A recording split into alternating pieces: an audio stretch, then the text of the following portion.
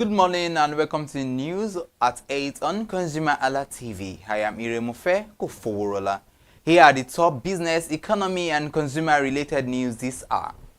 Nigeria's external reserves climbed to $53,111 million, marking their highest level in over 17 years. Central Bank of Nigeria records confirmed that reserves reached its significant milestone on August 24, 2026. This recent accumulation brings the national liquidity position within $14.2 million of the national liquidity position within $14.2 million of the record peak achieved in January 2009. Apologies right there. Sustained foreign exchange inflows and stronger petroleum exports earnings drove the steady build-up over recent months.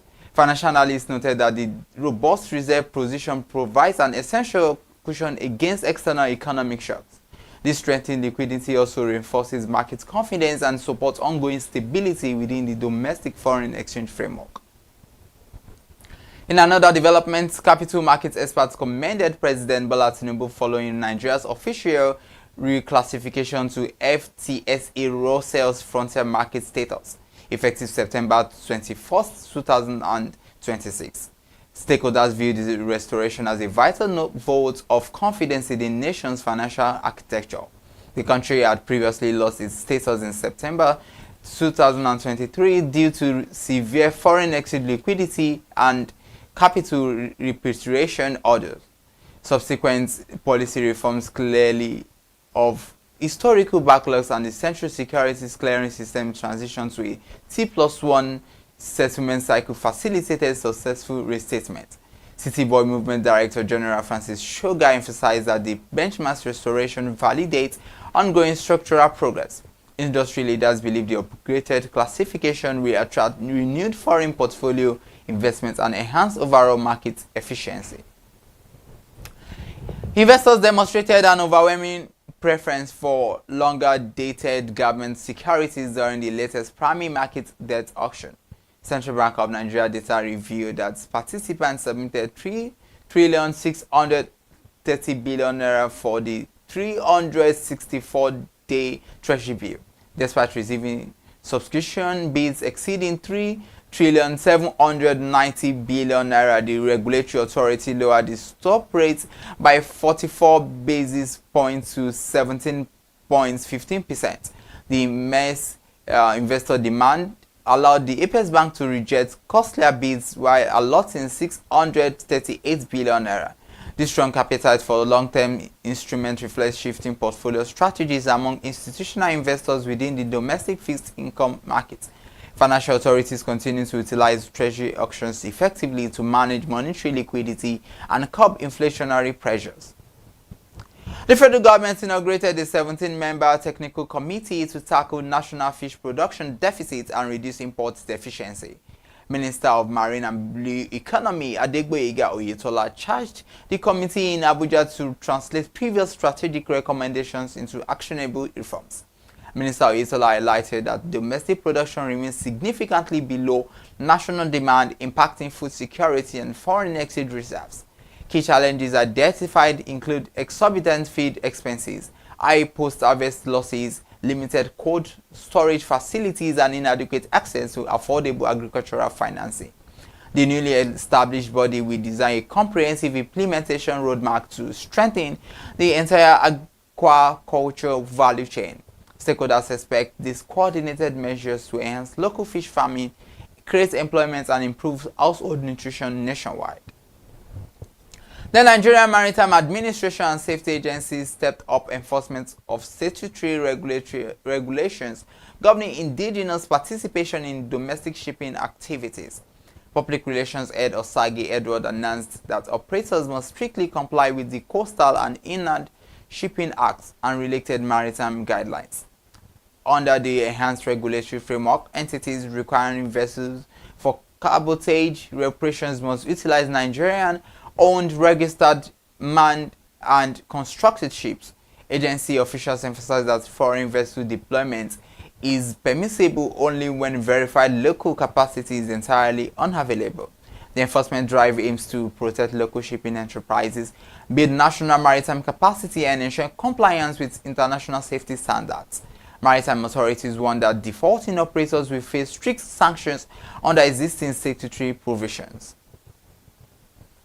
Now let's turn your attention to the news. The federal government unveiled plans to convert 21 idle dams discovered along the Sokoto-Badagry Highway into commercially viable power assets. Minister of Power Joseph Tegbe disclosed the initiative in Abuja during the launch of the Renewable Energy Assets Management Complaint. Minister Tegbe noted that President Bola Tinubu directed the ministry to optimize stranded infrastructure to address national electricity supply deficit. The upcoming small-scale hydro policy will harness these abandoned water reservoirs to generate renewable energy for surrounding communities. The strategic assets optimization initiative forms part of broader governmental effort to expand grid capacity. Integrating these regional power sources will significantly improve local electricity availability and support industrial growth. The transmission company of Nigeria mobilized over $1.4 billion in international loans and grants to expand the national electricity grid. Executive Director Ajiboye Oluwagbenga announced that the financing will support massive infrastructural upgrades and transformer installations. Development partners including the World Bank, African Development Bank, and Japan International Cooperation Agency provided the crucial funding over the past 12 months. This international investment successfully elevated national wheeling capacity to over 8,700 megawatts. Officials confirmed that while simulated grid capacity has reached recorded levels, physical testing of the network is ongoing. Enhanced transmission infrastructure will ensure stable electricity delivery and reduce system-wide power distribution bottlenecks. Independent petroleum marketers reported that pump prices climbed to between 1,250 naira and 1,300 naira per litre. National Publicity Secretary Chinedu Ikadike stated that recent adjustment by Dangote Petroleum Refinery complicates business planning for downstream operators. The refinery increased its gantry price to 1,200 naira per litre following earlier upward adjustment driven by international crude market fluctuations. Marketers noted that navigating exchange rate volatility and shifting government policies remains challenging. Despite these near-term operational hurdles, industry stakeholders anticipate future price moderations aligned with global commodity trends. Coordinated supply adjustments are expected to stabilize the domestic downstream petroleum market in the coming months.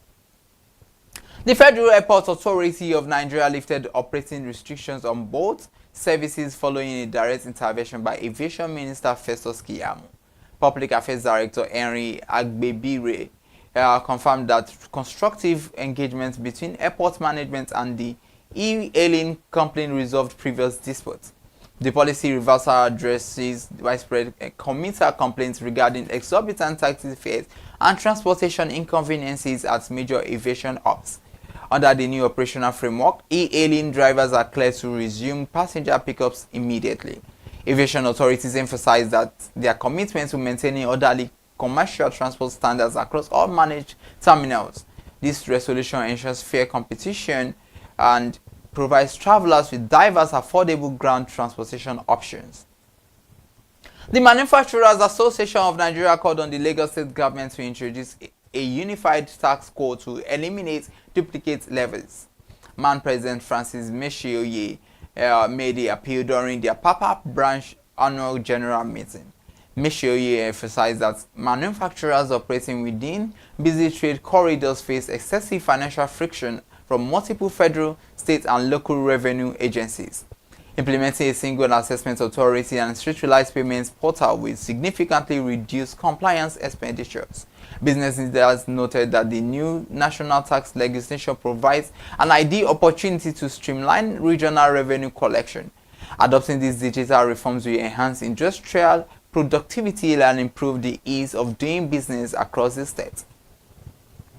In another development, Nigeria recorded an average of 9,611 registered debtors during the first quarter of 2026. Central Bank of Nigeria statistics sourced from the National Collateral Registry indicated a significant year-on-year increase in credit activity. Individual borrowers accounted for the vast majority of registered debtors, averaging 8,409 individuals during the quarter. Meanwhile, large and medium business owners borrowers also posted notable growth compared to corresponding periods in previous years. Financial analysts observed that while credit assets expanded annually, quarterly debtor volumes declined significantly from late 2025 peaks. Policymakers continue to monitor credit registry data to evaluate financing availability for small and medium enterprises. Microsoft co-founder Bill Gates warned that the rapid transition into the artificial intelligence era could trigger unprecedented labor market disruptions. In an extensive essay, Gates cautioned that governments are currently failing to prepare for massive job displacement. The technology leader emphasized that artificial intelligence could either bridge global inequality gaps or severely deepen socio-economic divisions depending on policy responses. Unlike previous technological revolutions, the accelerated deployment speed of artificial intelligence demands immediate government intervention. Gates urged global leaders and communities to establish proactive frameworks to support workers and ease economic transitions. Comprehensive societal planning is essential to ensure that emerging technologies benefit all segments of the global population. You've just watched news at 8 on ConsumerHallaTV. To stay more updated, join us at 10. Follow us across all our social media platforms on Facebook, X, TikTok at ConsumerHalla. I am Iremofe Koforola. Good morning.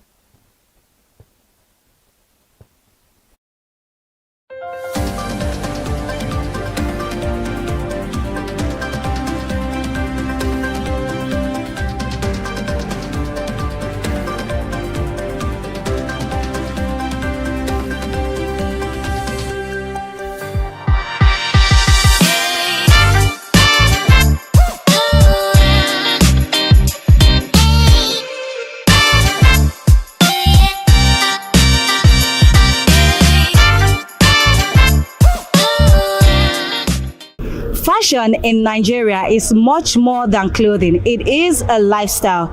It is a representation of a vibrant nation with distinctive and diverse multicultural identities. From the traditional attires to the modern-day fashion statement, Nigerian fashion has undergone so many changes. But beyond the changes, one thing is constant: its distinctive allure and flavor. But beyond the culture, beyond the style, and beyond the fashion statement, there is a question that we have to answer today. How much does it cost to stay fashionable in Nigeria's economy today? And that is what we are here to find out at Alade Market, a vibrant market at Ikeja, Allen, filled with fashionable items and accessories that's meant to complement our culture and identity as a nation. My name is Pisuwake, and this is me on Market Today for ConsumerHallaTV. Join me, guys. Let's go find out.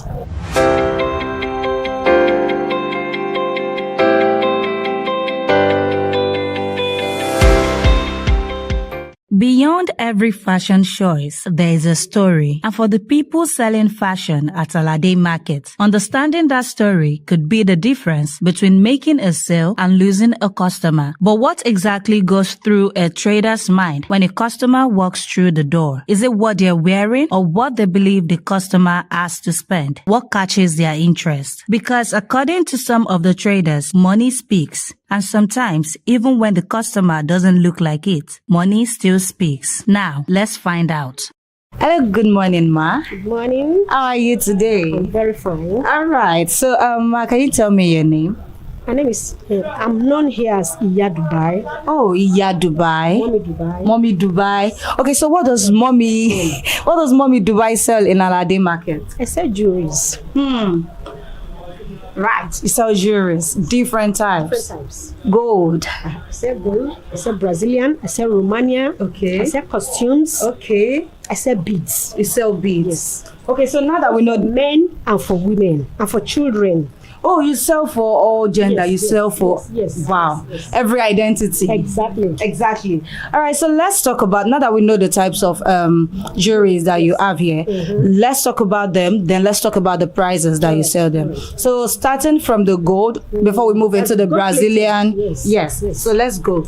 The gold plated, you can use in place a replica of real gold. Okay. Because the gold are so expensive now, Yeah. so exorbitant. Yeah. So most people now come down and buy the gold plated, and they are very, very affordable. So can we see what the gold plating looks Look like? yes, Okay. So this yes. is it. Gold plated. These Wow. are gold plated. That's earring and the pendants. Okay.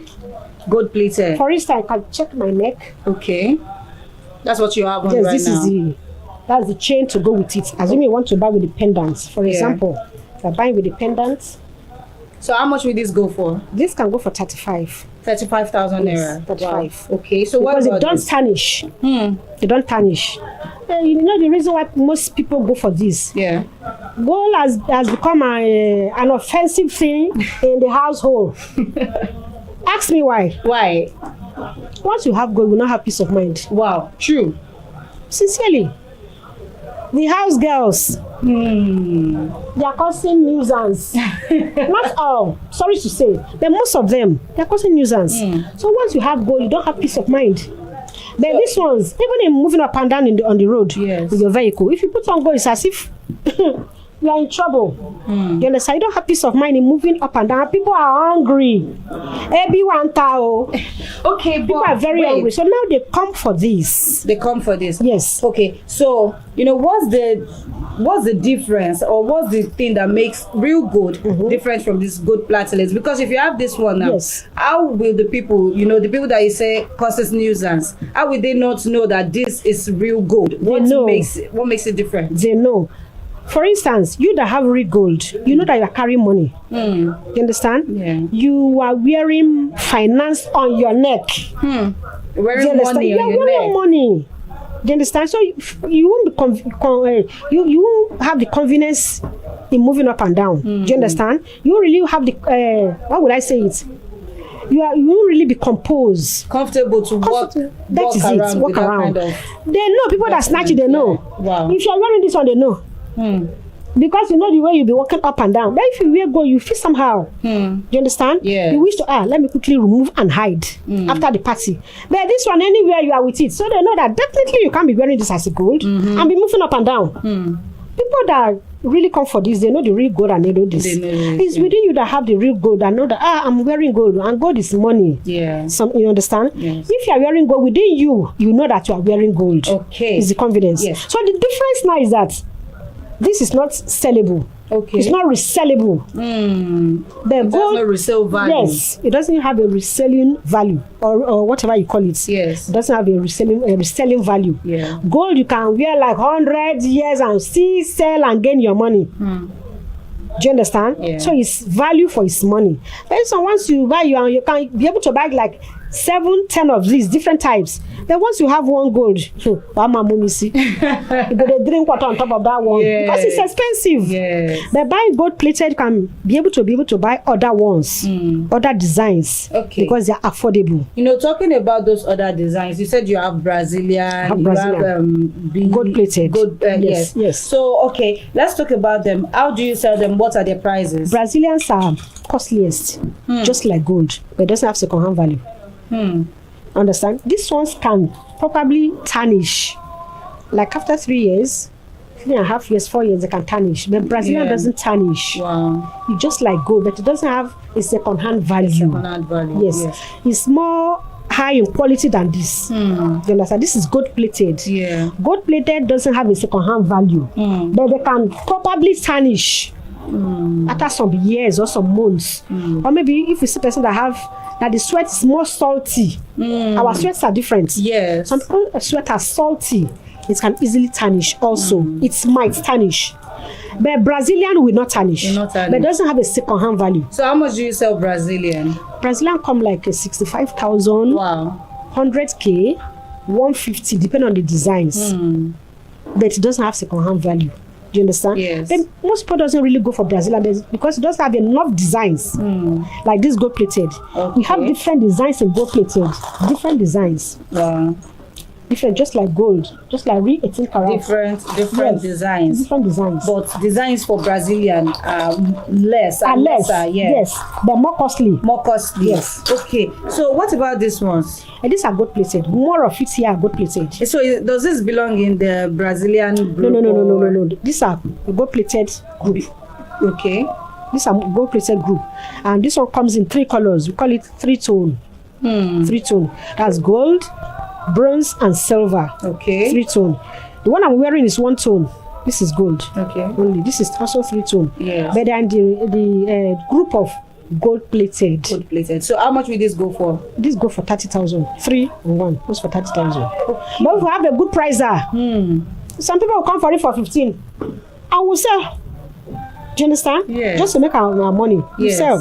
Some people will even buy 30. Some people buy 35. So it depends on how you can price. You understand? Yes. So but it takes a long time before they tarnish. The Brazilian doesn't tarnish, but it doesn't have a second-hand value. Now for the meantime, I don't have gold in my shop. Yeah. I don't have gold because gold doesn't move.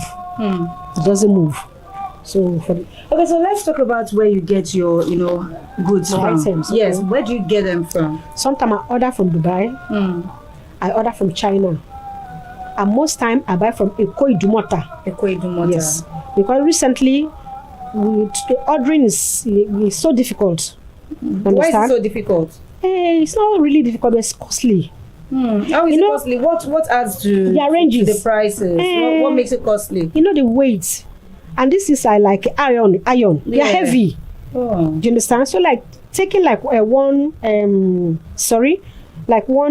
carton, it's like enough a lot of money to once you order to clear. To clear. So it takes a lot of money. So by the time you look at the cost of the clearing and the ordering, it pays us to buy from Idumota, from Lagos Island. You understand? Yes. All those designs we order, most of them are already in Idumota. So why can't we now support ourselves and buy from? Okay. And have peace of mind. You talked about beads. You have beads. I have beads. So how do you sell beads? Because there are different types of beads. Yes. So how do you sell? We have coral. Yes. But for now, I don't really have coral. Okay. I have the plastics one. Yes. So those are the plastic one. Okay. Plastics one. Yes. I don't have coral for the meantime. Okay. And I have the beaded ones, that the shiny beaded one that are in vogue now. Let me show you. Okay. Okay. So these are the shiny beaded ones. These are the shiny beaded ones. And how do you sell them? This goes for 25,000. A piece goes for 25,000 naira. For the men. For your buba. Yes. For your native wear. Mostly for the men. You can see this is what I wearing recently. Yes. And it looks good. Very good. Different colors. Okay. These are the shiny ones. Ladies can also wear. People no more go for the coral. The coral, It's becoming outdated or out fashion. So people prefer the shinier one. Okay. Because we are in the era of shine. Yes. Okay, so Mommy, let's talk about shopping on a budget. If someone comes to your shop today, if a customer comes to your shop today and they tell you, oh, I want to look good, I want you to make me look good jewelry wise. Okay, so how much should someone bring to your shop for them to be able to shop, some pieces of jewelry that they can pair for their everyday use? We can go as a category by category, depend on your budget or your pockets. Okay. Look at this, so lovely. Yes. Someone can come. You understand? Yes. Most I will sell on empathy. You understand? If you come explain, Madam, I don't have enough money, and I have a party to attend. I can sell this for 25,000 for the person. Then if I'm that person enter and I see the way you are, that you carry, you have enough. Oh, so you do profiling? That is it. Profiling helps you now how you give prices. Believe me, I can sell it for 70. Do you understand? You can go for 70. Wow. Depending on your pricing rate. You understand? I can sell this for 25. I can sell for 7. I can sell for 120. Wow. That is the wisdom in business. So you, when the person comes, you look at You rate, them and you yes, just rate yes, them you and know. you give them the It's price. like good business person, you know. Once the person enter, you know. Some people will tell you, it's not the way we dress. So money doesn't speak, or money speaks. Wow. Believe me, it's those days that they tell you money doesn't speak. If they enter, we know. Exactly. You know. For instance, this morning I've sold a piece of earring. I've sold for 20,000 for someone, and I sold the same thing for 10,000 for another person. Wow. Do you see how it goes? Yes. But within me, I know that it won't tarnish. That is just the logo. It won't tarnish. You understand? So we sell according to it varies. You can come here and pick other things. I sell in a greater height for other people, greater price. Yes. Another people can, if I look at the way you are, I will sell. I will not allow you to live without selling. Without selling. That's my policy. Okay. Okay, so my last question for you. Is there a particular season, you know, where sales go higher? Maybe like celebratory seasons, like, yeah. Yes. Is there a particular season where sales go higher for you? Yes, mostly December. Occasion, December is celebration. Yes. December, this is a Muslim festival. Yes. Because maybe all this Salah, Salah, yes. So Ileya, Mm. great sales, super sales. We are always praying to quickly for celebration time to quickly Yes. come over. But if we see during the time of back to school, we say through prayer and the mercy of God. Wow. Back to school, because the parents will not mostly come for this. Yeah. Back to school, they go for bags, Yeah. they go for socks, and they go for school items. School items, You yeah. understand? But mostly, we depend on God. We don't want to put our faith in only celebration time. Yes. We want to always spend money. Exactly. So we are depend on God for His mercy. All right. Yeah, Dubai. Thank you so much for your time.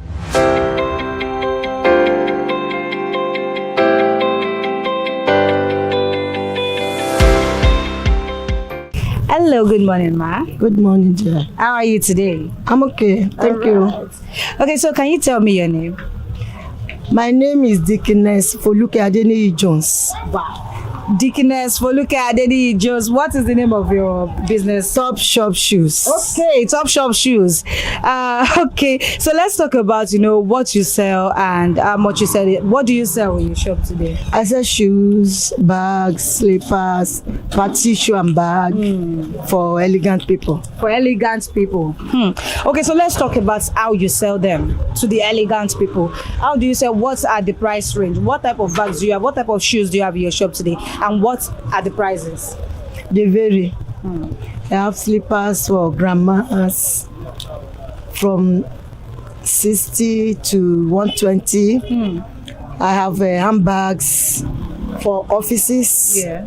Big bag. 200, 180, 250, 300.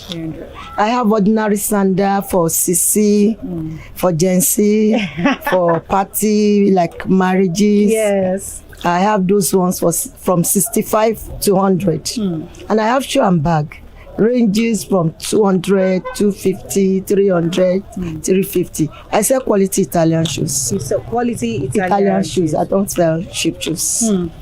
So, judging by what you just said now, you buy them, you buy from Italy. Yes. Wow.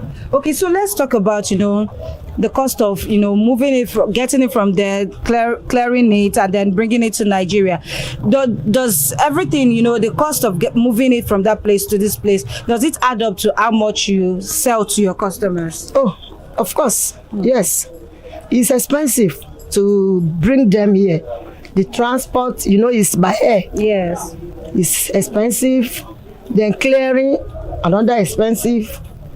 To store it in the store, the shop rent, the light, all the expenses. But glory be to God, we are making it. So, Mommy, you know that Nigerians, we like to look good. Oh, yes. We are very fashionable. Yes, it So is. let's assume I'm a customer in your shop today.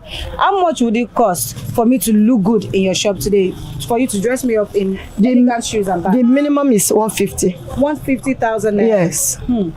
because I will recommend like the standard of 100. A minimum bag we have is 50, and they will make you looking beautiful. They will make me look beautiful. Okay, so mommy, you know, judging by the Nigerian economy, will you say that Nigerian economy has also affected how you buy and how you sell to your customers? I would say yes, because of the foreign exchange and the transportation. Transportation. I want you to know that in the whole of Africa, Nigeria is where all the airlines sell expensive, very expensive tickets. Wow. So it affects our business. Exactly. Okay, so as it affects the business, does it also affect how your customers, you know, buy from you? Are they still buying as before, or has their purchasing power reduced? It has reduced because it's not everybody that can afford it now. Okay, so let's talk about, you know, seasonal buying. Is there a particular season where people really buy more? Oh, yes. What season is that? Christmas time. Christmas time. Yes. You enjoy sales that period? Oh, yes, we do. You know, a lot of people will come from abroad and they buy. Why they are going back, they will buy a lot. While they are here, they will, you know, a lot lot of party. Yeah. Nigeria like parties. They like parties. Oh, we like parties. And so during that period, we sell a lot. My last question for you. Do you have customers, you know, returning customers? Oh, of course. I've been in this business for close to 50 years. Wow. And I have customers of over 40-something years that still come. Even though they can't wear high heel, but they bring their friends, they bring their children, and they buy. So what makes your shop, you know, what makes you different from other people that makes them return to buy from you? According to them, they said my shoes are quality. They said I have a good character towards customer. Wow. Mama Shoraje. Exactly. I think that is what is bringing the most important one is the quality. Because if they buy something and it doesn't last 1 month, 2 months, they won't come back again. They won't come back again. All right. Thank you so much for your time. You are welcome.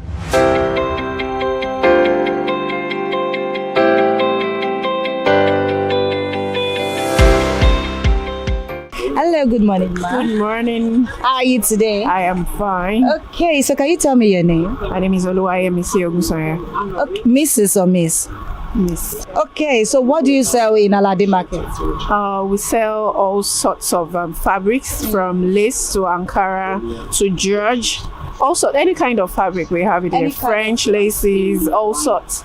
We have Guipur laces. We have Guinea. We have we do as low as Kampala and all sorts. So you have you know, every type of fabric that caters to every need, yes. Okay, so let's talk about, you know, the prices. Now that we have the types of fabrics you have here, let's talk about the prices, the price range. How do you sell to your customers? How do I sell? Which in particular? The lace, you know, there's a price range. Let's talk about the price range.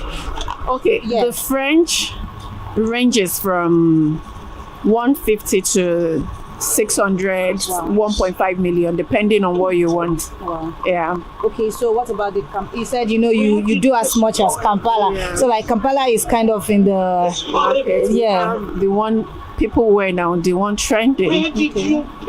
That is called Kampala crepe or crepe adire crepe. Adire crepe. Yeah. Okay. That one is as low as between 15 and 20,000. Wow. And we have as high as also 35, 40, 60, depending on your taste. On your taste. Yeah. Okay, so let's also talk about, you know, the Ankara. You mentioned that you have Ankara here. So what is the price range to shop for Ankara in this? In this shop, we don't do small Ankara. You know, there is small, there is medium, and there is big. Yes. We have only big Ankaras, and we have Hollandis. You can get that from 60, 70, 120, 200, 250. We have normal Ankara that everybody knows about, from 18, 20, 25, 35. We have 60, we have 70. In fact, there's a particular one that we just got now. It's a mixture of cord and Ankara, and that starts from 180. You can get it as high as 360, 400 also. Yeah, that is Ankara. It's Ankara, but it's a mixture of cord. Yeah, Guipur lace. Oh. Guipur lace, that is cord lace and Ankara, yeah. And Ankara the mixture, yeah. Yes. Okay, so lastly, on the scale of fabrics, let's talk about the George. You mentioned that you have George. Why are you smiling? Is it that? No. Is it big man? Look at the George up there. Oh. Look at those are the Georges we have. Okay, The George fabric we have. the George fabric. Yeah. Okay, so what is the price range to shop for it here? There's one that is called Velvet George. Yeah. And it's 500,000, from 500,000. Yeah. And there's this other one that is Silky George. That one is from, say, 250, 300, 450. It can go as high as, Yeah, I get. Okay, so aside fabrics, I see that you have jewelry here. Yes. Okay, so let's talk about the jewelry because I think you're very particular about how you sell to your customers. You're not only selling fabrics to them, you're also selling jewelries that will complement the fabrics. Yeah. So let's talk about the jewelry. How do you sell? What type of jewelry do you have? Okay, here? we have Indian, we have zirconia, and we have Swarovski. Okay. Swarovski. Yeah. Wow. Okay. Swarovski. And it depends on your taste. We have different designs. So it depends on what you have. Like the Indian, the least you can get from the Indian we have in this shop is about 120 to 400, 500, depending on what you want.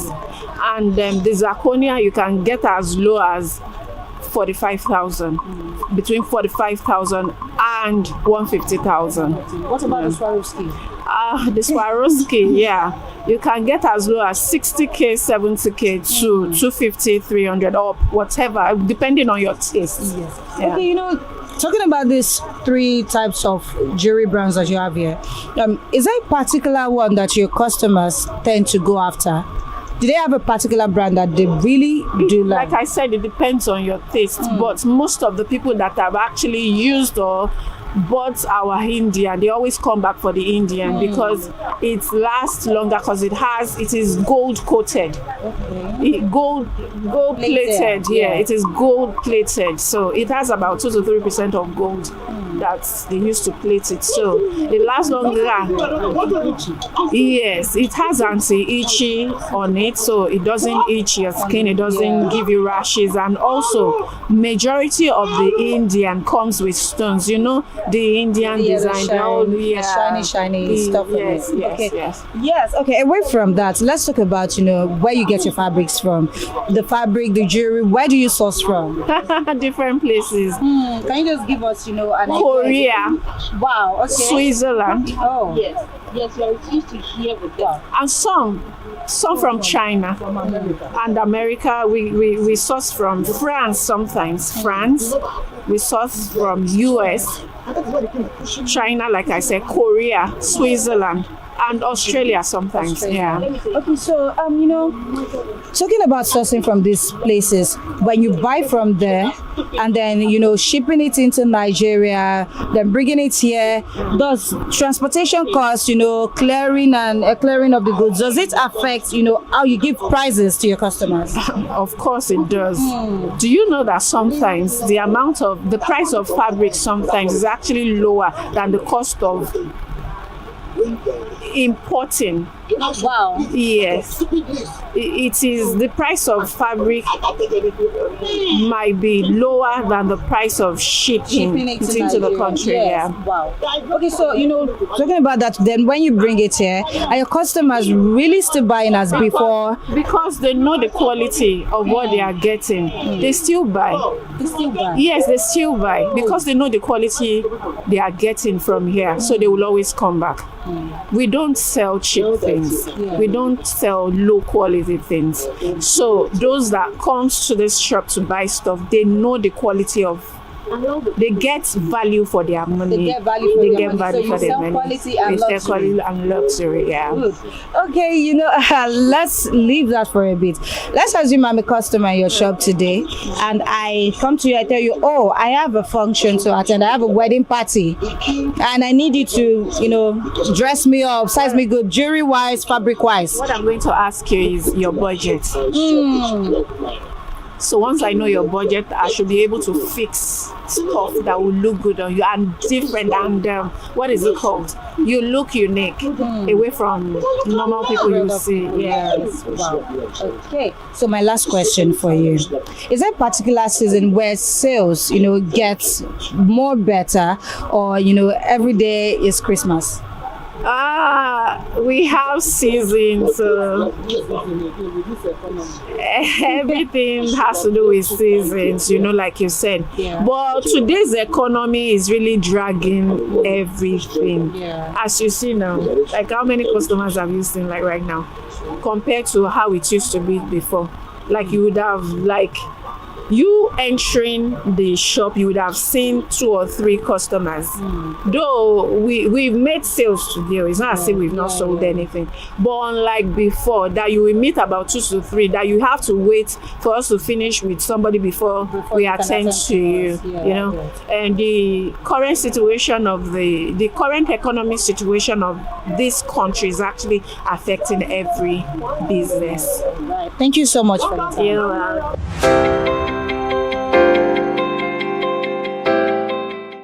Hello, good morning, ma. Morning, my dear. How are you today? Very good. Thanks. Right. So can you tell me your name? My name is Rita Iheme. Mrs. Richard? Mrs. Rita Iheme. Okay, so what do you sell in Alade Market? My business name is Darish Exclusive. Okay. I sell turkey wares Turkey and wears. China luxury. Wow. Right. Okay, so talking about the turkey wears and the China luxury, they are fabrics here and shoes. Absolutely. Okay, so let's talk about the prices. How much do you sell them? It depends on the item you pick. But what's the price range for the shoes and what's the price range for the fabrics? We have shoes for like 25, 30,000, and the fabrics from 60,000. From 60,000. Absolutely. Okay, so let's do a realistic example now. If I was a customer in your shop today and I come to you and I tell you, oh, I want to shop some wares, I want to shop some shoes, what budget should I be looking at to look good in your shop today? If it's a casual outfit or office wears, about 100 and 120,000. Then we have the evening wears. Okay. We call them luxury wears. They go up as much as 150,000. Okay, so my last question for you. Would you say that the economy, the present day economy now, has it affected the sales in your shop? Has it affected the sales of your business and how you sell to your customers? Absolutely, because normally before we have customers that come in and they are called impulsive buyers. Yeah. They would just come in and they pick things they want. But these days they have an item. They will just come in to pick that particular item they want, and as such, as a result of the economy. So we're feeling it so bad. Yeah, I get it. So bad. All right, thank you so much for You're your welcome. time.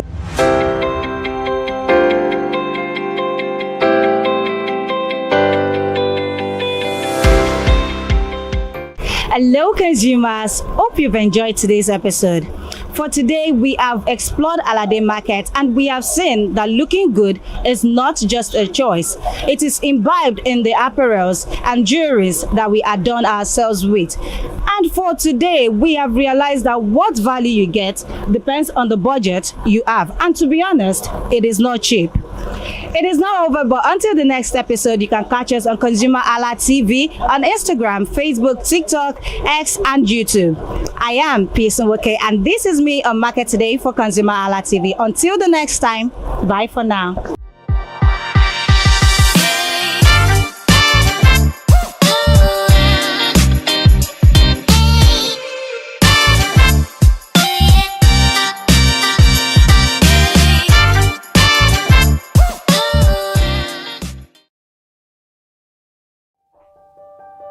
Hey there, do you know in the world today, everyone is a consumer, and as consumers, we all have the right to be heard. In Nigeria today, as a consumer, you have all right to product information, right to fair pricing, right to return goods, right to product labeling, right to fair dealings, and a lot more. Well then, have you heard about the new media channel? ConsumerHallaTV.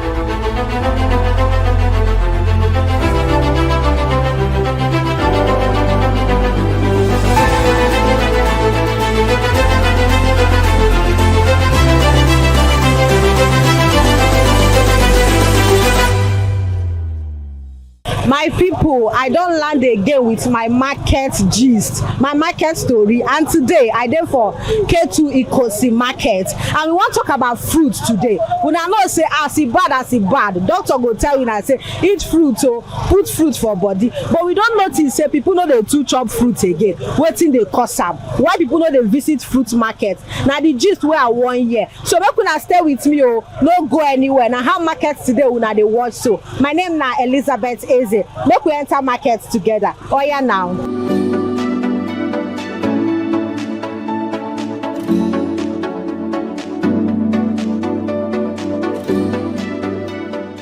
Good morning, ma. Welcome. Good morning.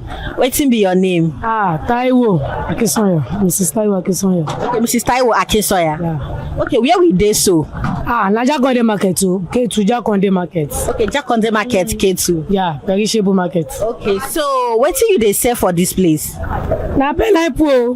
Na pineapple, perishable. We have different kind of pineapple.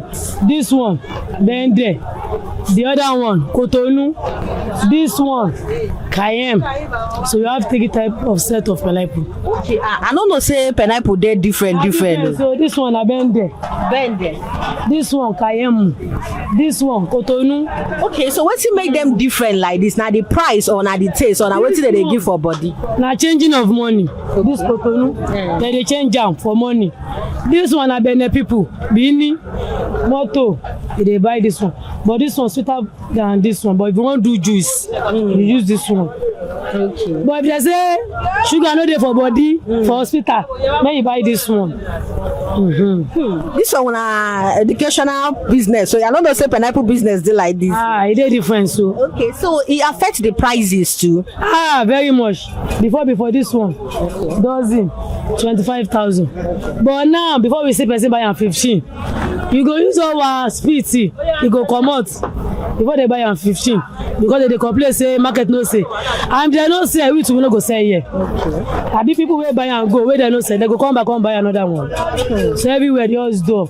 Even na before all this one you don finish o, by 8 we don sell finish, but 9, 6 o'clock we still dey here, still dey sit down. As you can see me, no customer, we just sit down dey look unto God. So wetin you feel say dey make your customer, your consumers no dey come locate you again as before? Make dem use number one, fuel. Money for fuel is too much. If they buy cheap price, they go see and sell for where they dey. So they will come back another one. But wetin they buy where it cost, where they no see and sell, how they will come? Fuel money, you don't keep business. Motor, if you carry motor now before, now 50,000, 52 now. Per one head na 125. You know how much you don't enter am. You go put am inside market money before we pay the apprentice. Before the buy wey carry am come, everything na calculation. It's everything na calculation. So all these things, they make the price go up. Like your consumers, your customers, they come, they complain, and how they take affect the business flow? It dey affect you. We no go see money pay for apprentice. We save. I just go. We no go see under everything. You just buy. So this your pineapple business, how you dey take preserve am? If you like this now, where the thing now dey now, where you dey keep am, how you dey take store am, make e no spoil? Nowhere wey no go spoil you. The best thing, maybe you know say it's in our fruit market. May we buy am, may we sell am that immediately. This one now, if you no say I sell today, by tomorrow you go dey comot water. The price go still come down. Why debit no go come? Debit go come around now. But assuming we buy it now, we sell it. Unless people will buy it now, if they don't want to sell this out, they will preserve it. But we cannot preserve it like this here. Okay.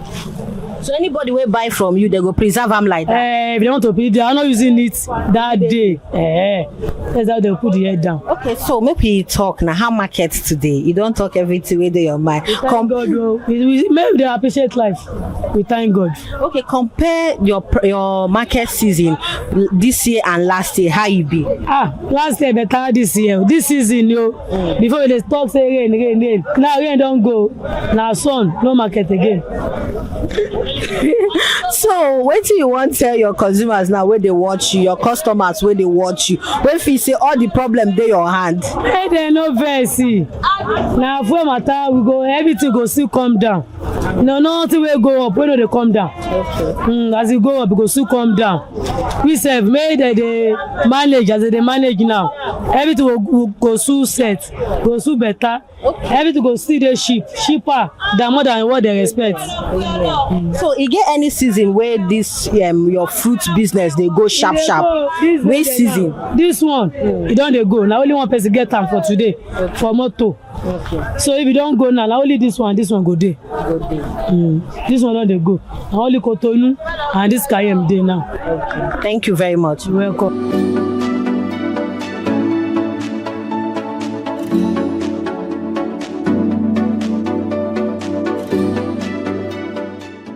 Good morning, ma. Good morning. Wetin be your name? My name is the thing where they take from me here na Blessing. Okay, Madam Blessing. Okay, where we dey so? Now for Kechi Ikosi market, fruit market. So wetin you dey sell for this fruit market? Which kind of fruit wey you dey sell? I dey deal with a watermelon business association. Okay. So your watermelon business, e get any grade, e get any type, e get anything wey dey take know am? Watermelon business get three section. Okay. 3 type. One is for Hausa. Okay. Like January, February is for Hausa. May, June is for Yoruba. This August, September is for Cotonou melon. Okay. As we are now, it's the 3 section. The 3 parts we have for watermelon. Okay. So how this business dey go? E get any challenges wey this your watermelon business dey face? Now we dey get challenges because na perishable. Okay. The issue of the perishable is gain and loss. Sometimes you will buy, the thing will be okay. Sometimes you will buy, the thing will go spoil. Even if as we are doing it with our customers will come and complain. We will go and complain for our delivery them for my 12. Then go tell us say like this season now. Then they complain say you know ripe they spoil. If you reach it, complain for them, they go tell you say well lie. Can I get Magana this time around? Everybody have to manage it and they bear the weakness till September, October. That time the melon will be okay. Okay, but for now where the thing they quick spoil, how you they take preserve them? We know they preserve them, we go they sell them, they go. Anyhow where we see them, we know say na the nature of the business by now. So you know say fruit business now waiting, everybody need fruit for their body. No how even doctor go tell you say buy fruit, chop fruit, buy fruit, chop. So how you think say this business they go for you? The business is okay for me. It's okay for me. And they get customers from the business. And they get customers. Like now where the business be like that. We used to attend our customers very well and we have to plead with them. You people should bear with us. Because that area that we used to buy, like that motor is parking for that side that they are offloading it. If we reach and tell them, they will say we should bear it. Now the time and the season. Like October now. If you enter October, September, you will see everywhere we dry and the melon will ripe and it's sweet. But as of now, we just managing it because it's our nature of our business. So when customers react to you like this, talk say, okay, your business bad or the thing cost so this, so how they take manage the situation? We used to attend them very well. We go tell them say, now be patient. Even if you reach that period of time, we will compensate them by giving them small. If the person complains, say, it's why you do this, we go plead for the person. person with a good mind and a good patience. So we have to. Now we are attending customers in a good mind, in a good way. So wetin you fit do? Wetin fit happen to this your watermelon business? We go make am e go well. Like wetin you need like improvement for this your business? The melon as we dey now na movable market. So as e don be like this now, people that are buying it for our hand, as they're complaining, they know that it's the season. Everybody is carrying the cross. Like as from September, October now, everybody will join the business. That is compare business this year and last year. How you be now? Last year business, now the situation of our country. So everybody is managing it. Last year is better than this year. Thank you very much.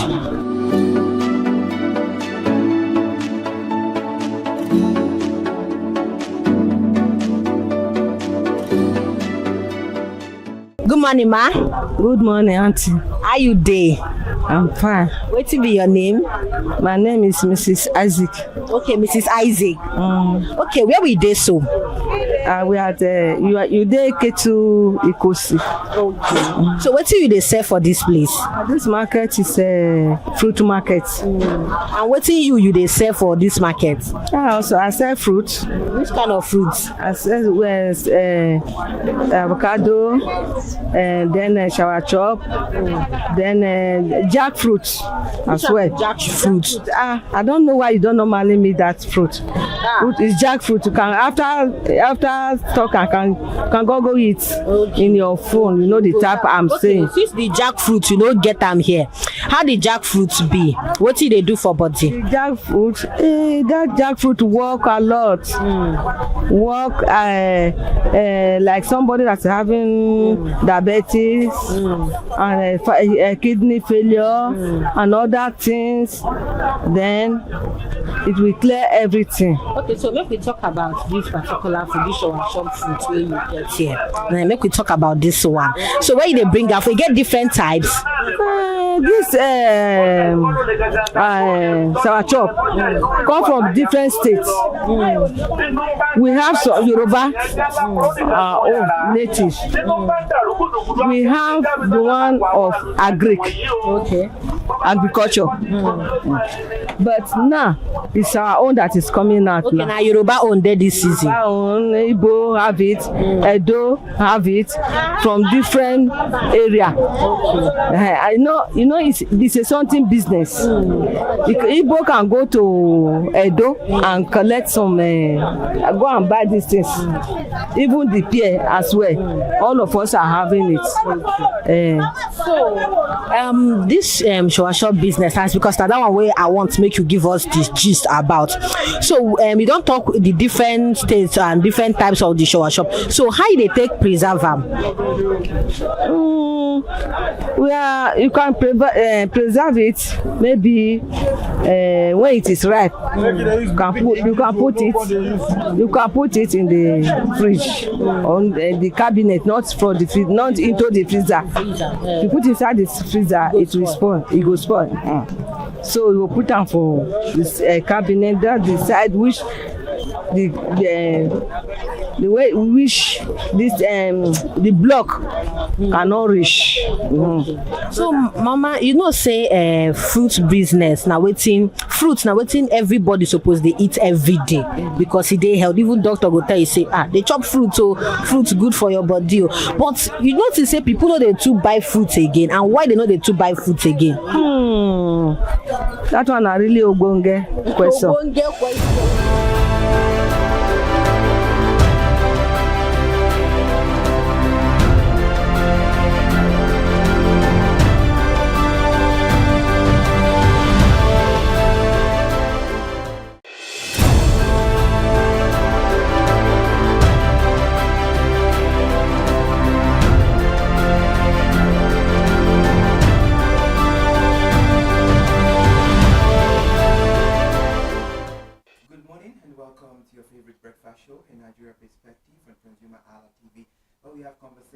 about all pressing and burning issues making the round. It is the Friday, the weekend edition of Perspective on ConsumerHallaTV. I am Ayomi Eke. Good morning.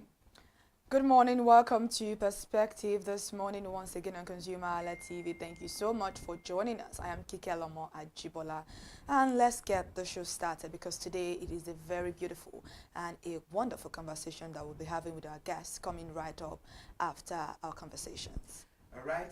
Good morning, Kike. Good morning. Okay, let's get into it. Just like Kike said, no time to check time. The Nigerian financial system is rapidly becoming more digital, from mobile banking and payment platforms to fintech applications and cloud-based financial services. Technology has made financial transactions faster and more convenient. Absolutely. But with this convenience comes a growing question. Our regulatory systems keeping pace with risk created by digital transformation. A recent report says the Central Bank of Nigeria has been urged to expand its oversight to cover risk associated with fintech companies, cloud service providers, and other technology partners that support financial institutions. The concern is significant because problems with the technology provider can potentially affect several financial institutions and ultimately millions of consumers. So how prepared is Nigeria financial regulatory framework for this emotional risk? And this is what we examine today on the weekend edition of Perspective on ConsumerHallaTV. And to shed more light on this conversation this morning, we have on the standby Shola Abikaset, Group Director, FIC Professionals Network PLC. It's so good to have you join us again, Mr. Shola. Good morning. You are not audible. I suggest you check your volume. Okay. I'm just reading your lips, actually. But good morning. Good to be here this morning. Okay, I'm sure you can hear me now, sir, because they are on the wall. It's still faint, but better. Okay, so can you hear me now, Mr. Shola? It's faint, but yes, I can, pick what you're saying. If you can you still hear me, Mr. Shola? Yes, I can hear you. All right, good morning. Thank you for joining us on the conversation this morning. Mr. Shola, we have to be very diplomatic and realistic with this conversation because Nigerian financial system is now well digitalized. But let's start with the big picture. Why is there now a call for the CBN to expand its oversight of fintech companies and cloud service providers? I'm afraid we still have a volume problem. Can you ask your colleague to ask the question? She is more audible.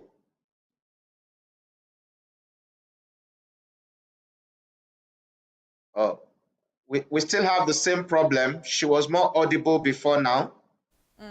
Okay, let's go on a short break. When we get back, we'll actually Yes, that's continue. clear now. Okay, you can hear us now, right? I can hear you, yes. Okay, so let's start with the big picture. Why is there now a call for the CBN to expand its oversight of fintech companies and cloud service providers? Because they've been here for quite a number of times. So why is CBN being called to actually intervene in this particular conversation? Well, ordinarily, it is not CBN's job to monitor cloud hosting, ordinarily. But because when you refer to fintech, there is financial service that comes before the technology. It's important to first of all separate the two.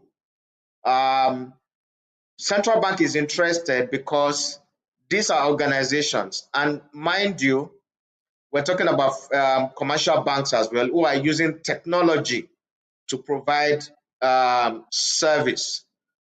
So it's about time, but it's also important when you talk about looking at the big picture that Nigeria needs to understand that in today's world, cyber wars and cyber security are even more important than physical wars.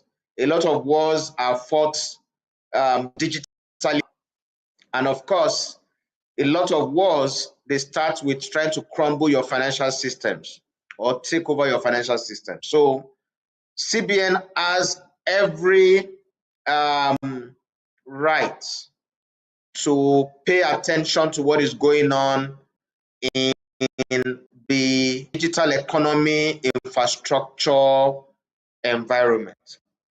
However, we need to keep in mind that a technology company, ab initio, is supervised by the Nigeria Information Technology Development Agency. Technology companies can do different things. So that's the first regulator who should supervise what they are doing. As it relates to local hosting, the Nigerian Commission has even a bigger role. And the reason is that when the so-called telcos, as we know them today, started about 25 years ago in Nigeria, voice was the primary means of communication. But today, data has become the primary means. So the biggest data providers in Nigeria today have now become the MTNs and the Glos of this world and co. That is an anomaly. So NCC shouldn't have waited for CBN to say, look, you should be hosting your services locally. Many Nigerians are not aware that there is an organization called Nigeria Internet Exchange Point. And what NCC should have done a long time ago is to require all service providers to connect through the Nigeria Internet Exchange Point. That is the practice globally. So that if they cut off all the underground cables in Nigeria today, we can continue to exist as a country. So as a country now, if all our undersea cable that is taking connectivity from London and Asia and co is disconnected, Nigeria will be in disarray. So it is not just a central bank concern. It is a national security concern that all of us as Nigerians should be concerned about. Mr. Shola, I'm sure you can hear me now loud and clear. Loud and clear, yes. Okay, all right. Thank you for that. Now, many banks and fintech depends on third-party technology providers. So if one of these providers suffers a major technical failure or security breach, who should ultimately be held responsible? We should know about this because it's very, very important to look into it, since you said this issue has to do with the national security war. Well, there are two ways to avert a situation. Wait for something to go wrong, which is the question you are asking, and then say, hey, why did you allow that to happen? Or spend time and put in the fundamentals to make sure that those things don't even happen in the first place. I think the second option is better. In terms of foundational issues around Nigeria's digital economy infrastructure, as I will prefer to call it, there are a lot of government agencies that are responsible for that foundation. And right now there are gaps here and there.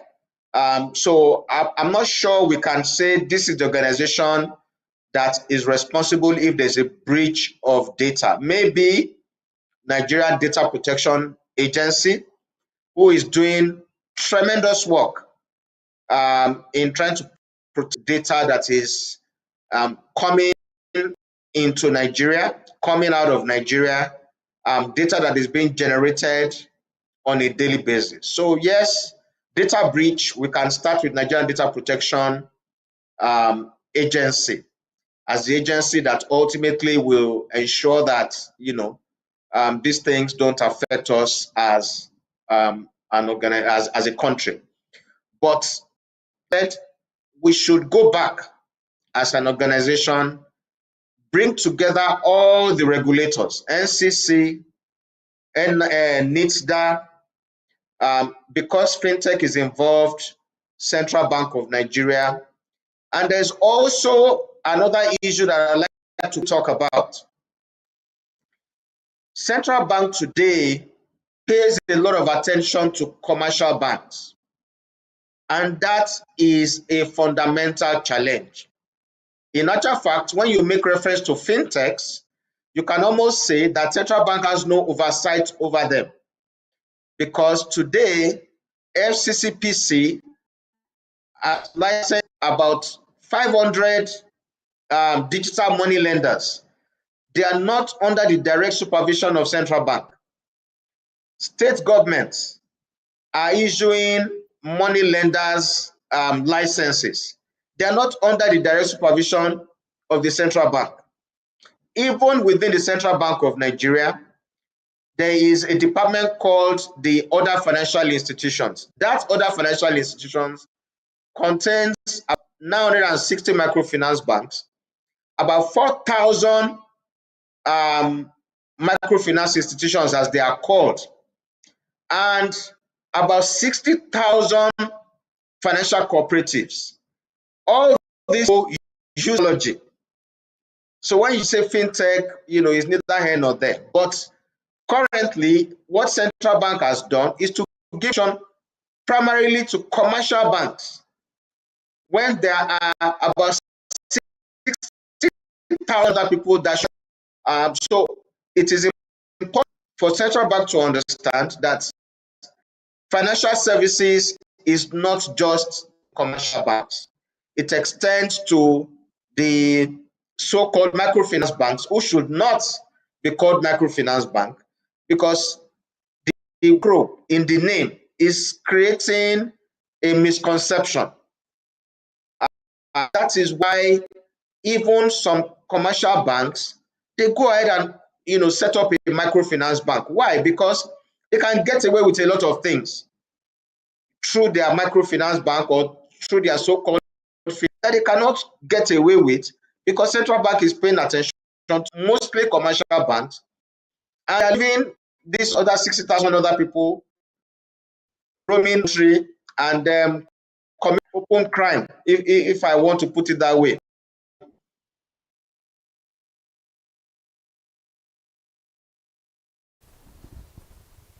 Mr. Shola, there's a lot of conversations that were just in between those things that you just mentioned, because it is very true that a lot of the commercial banks are under great scrutiny when it comes to Central Bank of Nigeria, while the fintech and other banks, smaller banks, are actually getting away with a lot of things. But then, do you think that excessive regulation of fintech and technology companies can slow down innovation and financial inclusion in Nigeria? Because because the Central Bank of Nigeria is not poking nose into their business, that's why they are thriving this much. Because a lot of people are using fintech bank these days. Digital bank is even the conversation that everybody is having. So do you think that if they start poking nose, the innovation can reduce, it's going to affect their production and then affect people that can easily access this bank? Because commercial bank is a whole lot of conversation entirely. Not that. It's important for Nigerians to understand the purpose of regulation is to avoid lawlessness. And the reason why you avoid lawlessness is so that people will not do what they're not supposed to do. So when you say, why are you over-regulating, you are telling them, why are you encouraging lawlessness? We believe that Nigerian is interested in a lawful environment. And that is the role of the regulators. So regulation prevents lawlessness. Let's understand that. And currently, a lot of organizations are taking advantage of the so-called fintech appellation to avert the law. That is not good for Nigerians. That is not about stifling creativity, as you call it, or innovation, call it. That is about ensuring that we don't become a lawless country. I'll give you a specific example. Central Bank of Nigeria, their primary responsibility is the control of monetary policy. So on a monthly basis, there is a meeting where the central bank announces after elaborating what is called the monetary policy rate for Nigeria. Now, the monetary policy rate as at today is about 26% from the Central Bank of Nigeria. What that monetary rate is supposed to mean is that anybody, whether you call yourself fintech or whatever, you cannot get into commercial lending at a rate plus or minus 10% of what central bank has provided as guidance to Nigerians. But that is not what is happening. So whether we think that that is good for us as a country, it is actually affecting us, because you now have so-called fintechs who, by law, they're not supposed to lend to Nigerians at maximum 3% per month. Ordinarily, highest 2% if we go by CBN rules. But they're lending at 10% per month, 15% per month in the technology. That is open crime. They are committing open crime, and Nigerians are accepting it because we're calling it innovation. Some of these fintechs are not there it in their own way. That is the fact of the matter. So let us understand what we call innovation and all of that. No, it is creative criminality. Let us call it what it is. That is what is going on among most of the fintechs in Nigeria today. All right, we have to talk about this because statistics says over 15 million of Nigerians use fintech apps.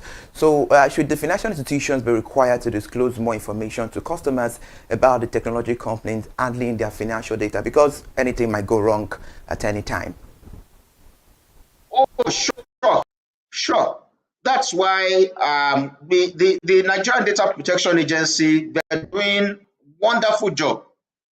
The Consumer Protection Agency, they are doing beautiful job, given all the limitations that they have. And even a lot of them, they are going beyond ordinarily what they should be doing. So yes, everybody should be, but you see, the ultimate regulator is we, the people. All this, whether it is fintech, whether it is regulator, whether it is whoever, they exist for us, the consumer. But we have a habit of not complaining in Nigeria. Otherwise, everybody should be complaining. When a is lending at 10% per month, or a microfinance bank, there is a law that says they do that. But they are doing it and nobody is complaining. Of course, we should draw the attention of our National Assembly, because part of the problem is that Nigeria does not have a fair lending act or a fair money management.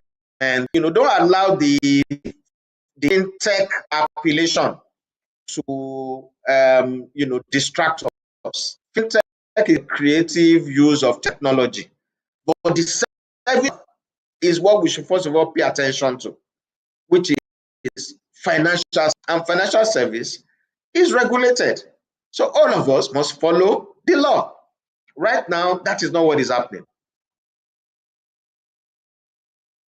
Mr. Shola, you made mention of something that I want to go back to, and you said that these fintech banks are just creative criminals. Some of them are actually doing things in open, and then Nigerians are taking it because of the fact that we are able to use them compared to financial commercial banks. So right now I want to ask you this particular question. If fintechs are being able to get away with whatever they are doing, you made mention of the fact that they have gotten away with a lot of things. Can you help us mention some things, because you made a very valid example when it comes to money lenders that loan people and give exorbitant prices after those loans, like the loan increase is actually a lot, and a lot of Nigerians are even complaining about it. The first question I want you to explain to us this morning is, what other things do you think these people are getting away with so that Nigerians can know? And if this is happening, who do Nigerians report to? Who can we call on? And if we can call on somebody, especially with this money, when you borrow from these money lenders and they hike the price, who can you report them to so that they can take necessary actions against these people? Okay, I will start with your second question. Central Bank of Nigeria has a consumer protection unit. Let us bombard them with complaints. And why is, I don't want to mention names, why are they charging me 10% per month to borrow me 20,000? On what basis? Why are you issuing MPR? So that's the first point. FCCPC has a consumer complaints unit, is on their website. Once again, I give it to them. They're doing a wonderful job. I promise you, they've actually, they are working very hard to fill the gaps. But they have a place you can go to their website, you can complain. So let's bombard their website with these complaints. There is the Nigerian Data Protection Agency as well. On their website, they have a place you can go and you can complain about these things as well. So immediate unit, the National Assembly, let us write letters to them and say, why are you allowing these fintechs to commit crime openly? There is an attempt by the National Assembly to create some sort of fintech regulation and all of that. That's one approach. But the issue there is this. There are existing laws that are being used. Why are you creating more when the ones that are existing, you have not even tried to regulate them? You're not trying to, at least you first of all make sure that the ones that exist, they are well regulated. So yes, our National Assembly members, let us complain to them. Let us bring all these things to their notice. So your first question about what are they doing? Most of it is data breach. A lot of them are collecting data that they have no authority to collect from Nigerians. And some of them are selling data. They are selling information belonging to Nigerians when they don't have authority to do such. Then there is hidden charges. There's all sorts of hidden charges that they trick you into accepting. A lot of Nigerians are not even aware that those kind of hidden charges are not allowed. In the first instance, part of what has created this is because state governments are also authorized to issue money lenders laws. So at the state level, we have to go to this and say, look, you people are just giving out licenses to people that are operating from their bedroom, and they are, taking full advantage of, all sorts of people, selling their data, collecting their data, tricking them into signing agreements that they don't really understand the of what they are signing into, and they are treating commercial financial services as a crime. Borrowing should not be a crime. Of course, we back to the National Assembly. Nigeria should have a bankruptcy act. It is normal. This is not everything go the way you plan. So you get into a bankruptcy. There should be a law that protects you. That is what is done everywhere else. So that when you get into a point where you're not able to pay your lenders and co, the law protects you. So those are the various parties that we need to reach out to, do their bits here and there, to ensure all of us can enjoy the benefits of, what we call digital technology in Nigeria. That a very good one there.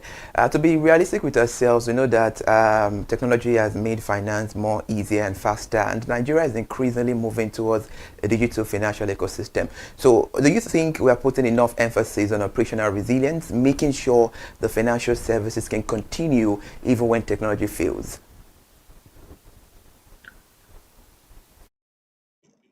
Well, that's a tough question.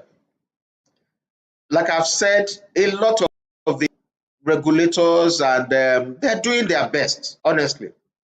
I can even extend it to the Nigerian police, for example. And I didn't mention the judiciary. Everybody has a role. It's not a single line. But our challenge are foundational. So yes, there's a lot of effort going on. Everybody is scrambling, trying to, make sure that things don't go out of place. It's important for Nigerians, this idea of, oh, don't overregulate the fintechs. I am telling you for free, there are many fintechs that are operating out of Nigeria. They cannot dare what they are doing in Nigeria in their own country. They cannot. But they are getting away with it in Nigeria because there are foundational challenges. And the ultimate party that will solve national challenges is the National Assembly. They need to go back to the law and ensure that the law removes much gap in the system as possible.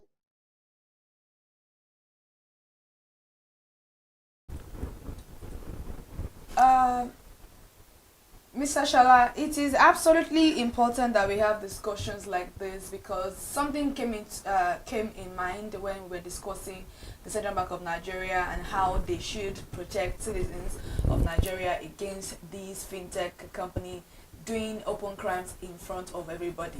And then there is something, when you go on some mobile apps or some money lenders app, you see it there. It is boldly written there by in cooperation with CBN, the Central Bank of Nigeria. But then all of these crimes they still commit it. Is it that the name is there for fashion, or there is no strict regulation to check what they are doing? So why exactly is CBN in cooperation with these people when they are still committing this crime, where other ones are not even under the CBN? So what is the difference? What exactly are we trying to talk about?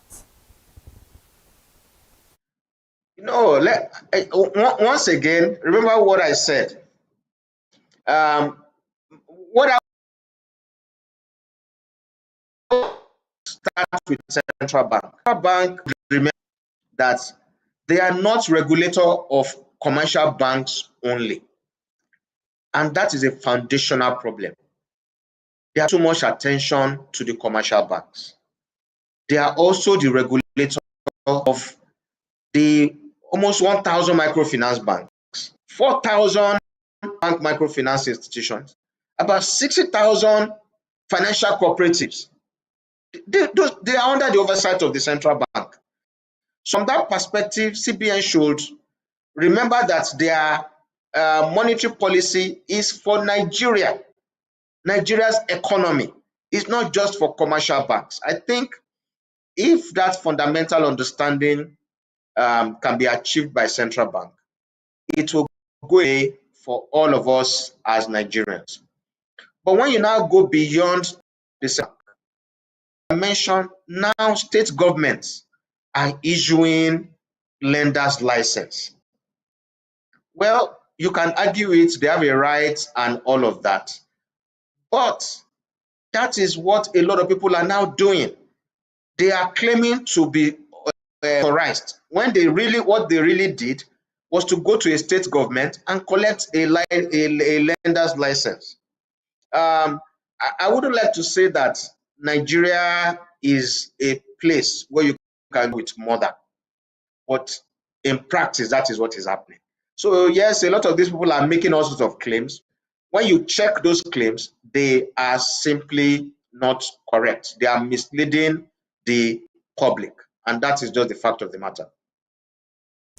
Okay, Mr. Shala, before we let you go this morning, from the perspective of the ordinary Nigerians who uses banking apps, the payment platforms and fintech services every day, what should consumers be looking out for, and what should they demand from the financial service providers?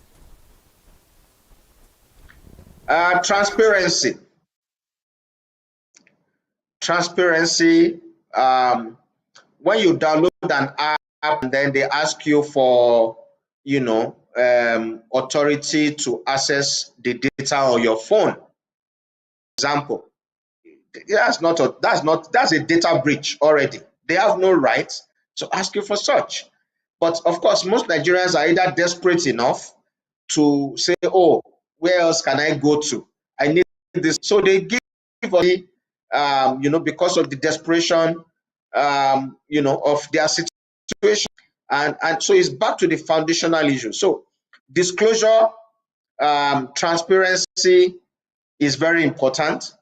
The component about demand is a little beyond the individual. If you download a loan app and they're saying, look, I want to give you a loan for 7 days, that's not allowed. But at that moment in time, that individual has a choice. Walk away or say, well, what do I do? Am I going to go hungry this night if I don't get this 5,000 that this fintech is dangling me? That is beyond the individual. That is why we now have to go to our National Assembly and say, look, why don't we have a law that says that nobody can say that they want to borrow you money for 7 days? It has to be at least 3 years. That is what is now. And then if you are now able to pay back the next day, good for you. But not that it becomes punitive after 7 days. So individual can become a little helpless when they're in difficult situation. But we also believe that there are consumer protection groups, apart from the regulator, can stand on behalf of these individuals that they can go and meet. And, there are currently some popular social media personalities who a lot of Nigerians go and meet when, there are so-called issues of the law and all of that. We need something similar to that for fintechs. We need something comparable, personalities and groups who make it their job to fight on behalf of the the individual consumers, because the aggregation is what will give an effect, not the individual complaint. So hopefully we will get one or two social media influencers who can see the opportunity in becoming even more popular when they pay attention. Money is so important to many of us. You can hardly breathe if you don't have money. So that should be an area of, if you like, evangelism. Another words that they use for it, that people can go and complain, and they can use to push it to all the necessary people that need to supervise what these people are doing. All right, thank you, Mr. Shola. Taking it back to when we started this conversation, I said we have to be very diplomatic and realistic about this. And your insight this morning, you are being diplomatic about it, and you gave us a very, very realistic opinion or solution or insight about this issue. Thank you so much for your time, Mr. Shola. We look forward to have you on more editions to come. Always an honor. We look forward to a better Nigeria, that consumers are better protected. Shola, that was our guest on the conversation, joining us about the oversight of the fintech and the CBN, as they have urged to expand the oversight of fintech and cloud risk, and who is protecting Nigerians in the digital finance era. Kike, that was a whole lot of insight he gave us this morning. Absolutely. The digital transformation of Nigeria's financial sector is creating enormous opportunities, but it is also creating risk in the regulators, financial institutions, and technology companies cannot afford to ignore. As more of our money and financial information moves through interconnected digital systems, trust, security, accountability, and resilience must remain at the center of the conversation. Thank you so much for joining us this morning for Perspective once again on ConsumerHallaTV, and thank you to our guest, Shola Bickerstead, Group Director, FIC Professionals Network PLC, and it's always a pleasure to have him on the conversations. I am Kikelamo Ajibola. Good morning.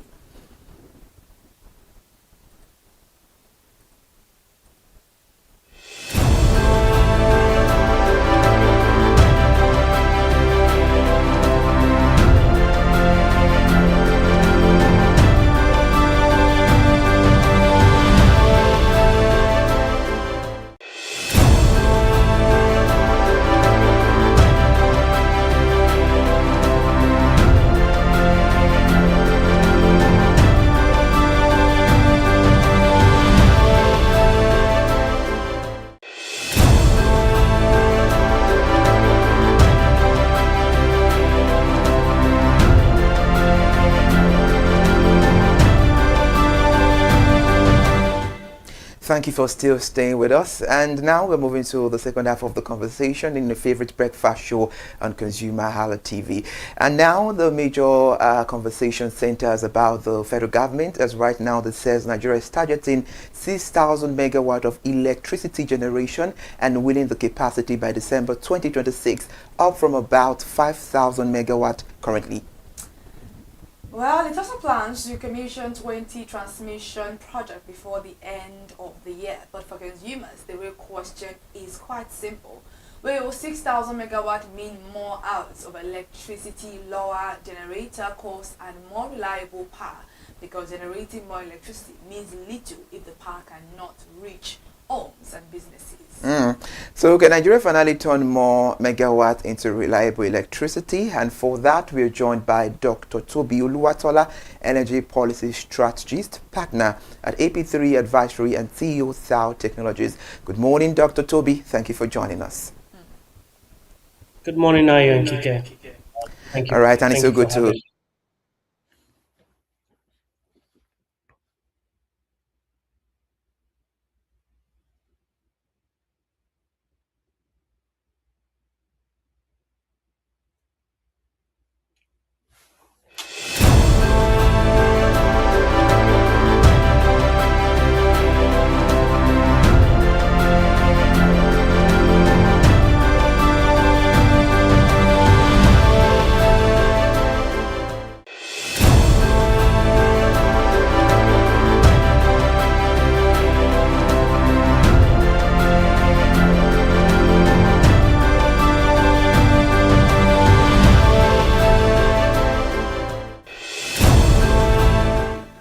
All right, Dr. Toby, I asked the question earlier on. December is just, 3 months, or let's say partially 4 months time. So how realistic is the 6,000 megawatt target by December?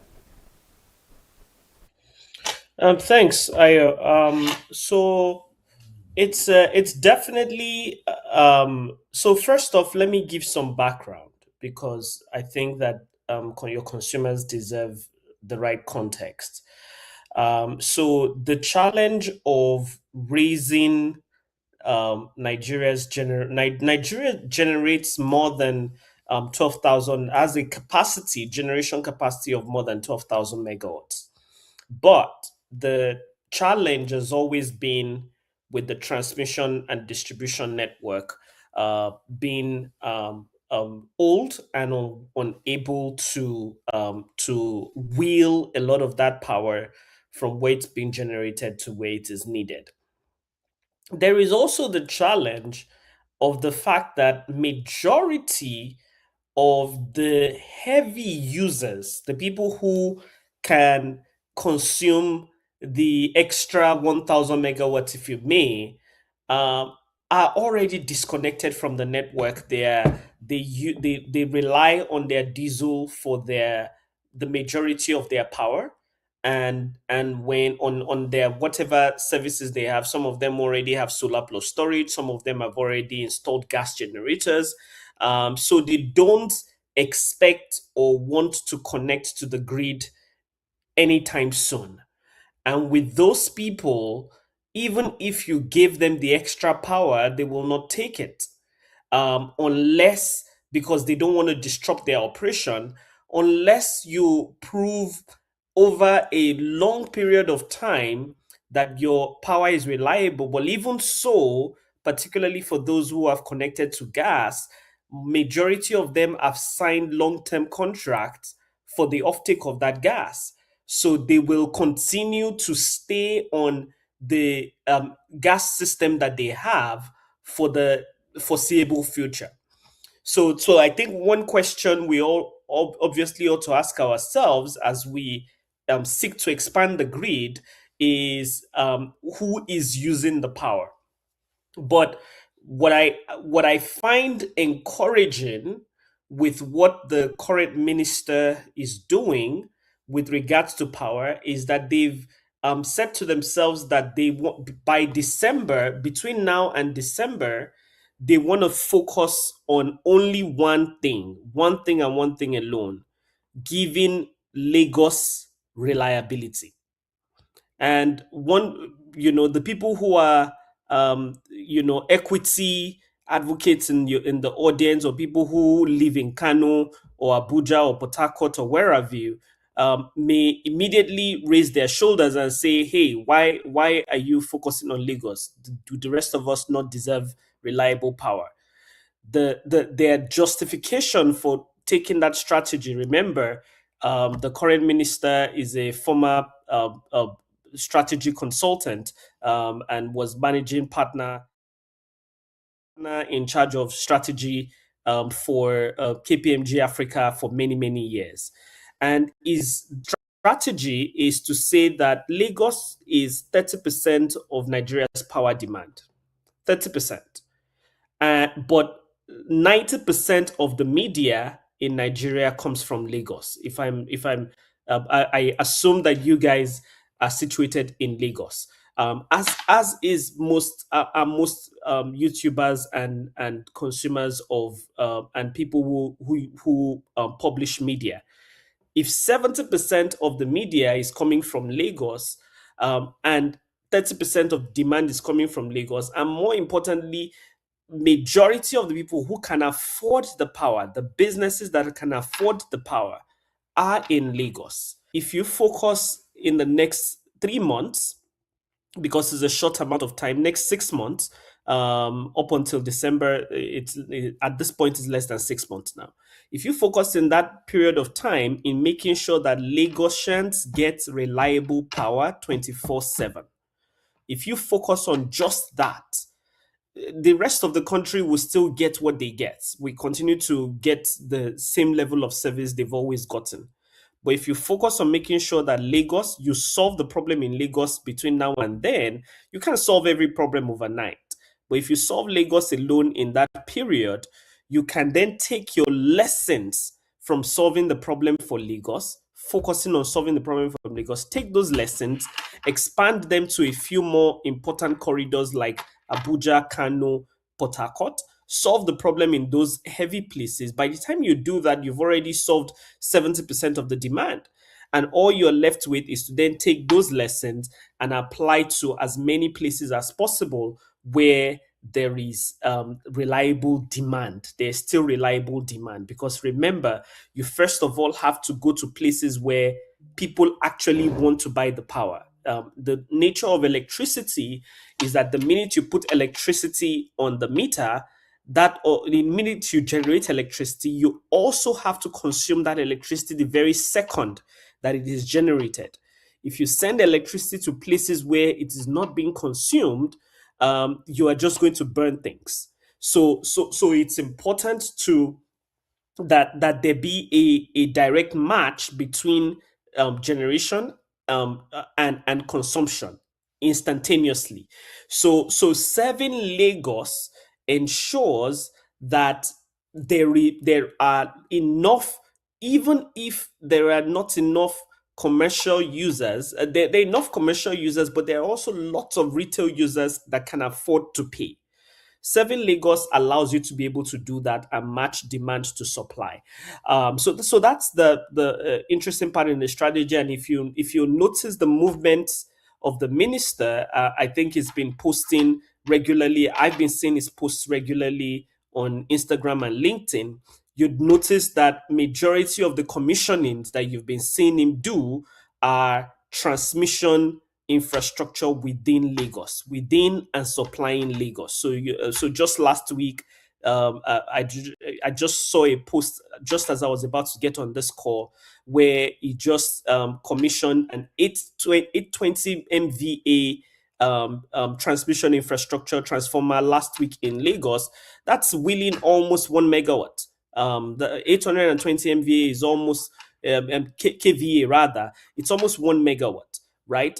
Or MVA rather. That's almost 1,000 megawatts. So that's almost the difference in one single installation that we're talking about. So I think it's a possibility, given the concentrated nature of the strategy. Obviously, there are unknown unknowns, because one cannot assume that everybody that has come before this current minister was a fool or a thief. One cannot assume that.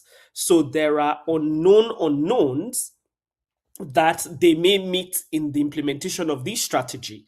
They may end up, and one of the things that I also thought was interesting that they were doing, if you listen to the minister's speech from about a month ago, where he spoke to media on what they were doing, one of the first things they were doing was to use drone technology to survey the transmission network.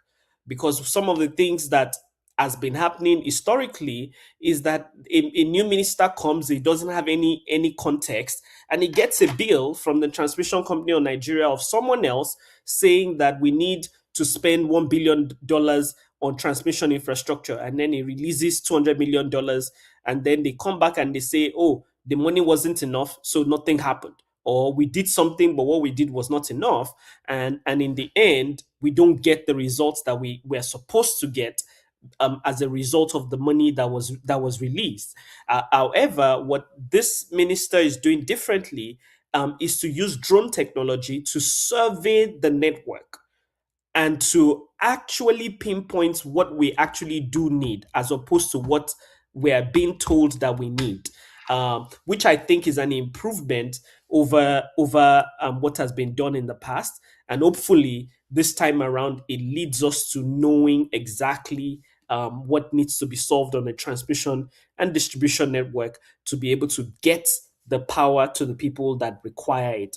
One thing they're also doing is that they're not prioritizing new generation at this point. They are focusing on the existing generators and making sure the existing generators can use all the turbines that they have. EGBE, for example, has been constrained to only a few of its turbines for some time now, because there just was not a way to wheel the power to the people that will pay for the power. So that's so just unlocking the efficiency gains that are possible in the system alone can get us to 6,000 megawatts, and that's the goal that the ministry, the current minister and his team have set for themselves. That is actually a very beautiful explanation and a way to, open the floor of conversation this morning, because you mentioned the fact that Nigeria naturally have about 12,000 megawatts, but then because of some things, we are not able to properly generate those things and make them into something that is realistic. But then there are also other things that are of importance that we need to talk about, which is gas. So how critical is gas supply to achieving these targets that we're about to venture into, be it Lagos, Kano, Port Harcourt? It's very, very important that we know as consumers and people that are actually paying for this power generation, people that need it, it's very important we know what exactly we are about to go into. So is gas going to be like a challenge? Is it going to be something that's going to hinder, or we need to bulk up or need to make this particular conversation a realistic one at that by December of 2026? Kikelomo, that's a very brilliant question. You only someone who is a keen student of the power sector will be able to quickly unearth such an intelligent question. So that's a great question. Two things I would say with regards to gas. One is that we need to pay outstanding bills. We need to audit and then pay outstanding bills, because when people say there are outstanding bills, half of the time they have also added their own fat to it. So we need to audit and pay outstanding bills. That process has been ongoing for a while, and those bills are being paid steadily. I think that the backlog was close to 4 to 6 trillion, 4 trillion naira at the time this administration started. I think at some point it went to as high as 6 trillion. But you would notice that a few bonds have been raised, and a few the government is raising money here and there to make sure that it can settle all those bills. So the first thing you need is to reset the sector by settling old bills.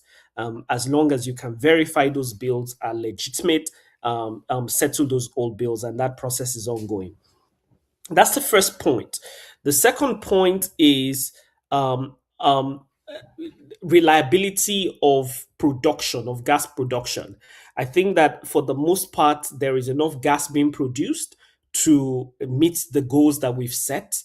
Then there's the question of gas availability at the to the generators.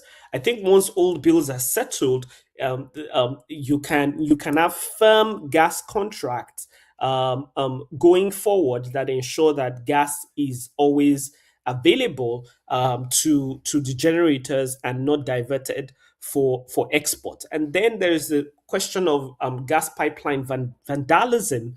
You need serious security, ongoing security, to make sure that the pipelines are not vandalized. And that's an area that remains an open question.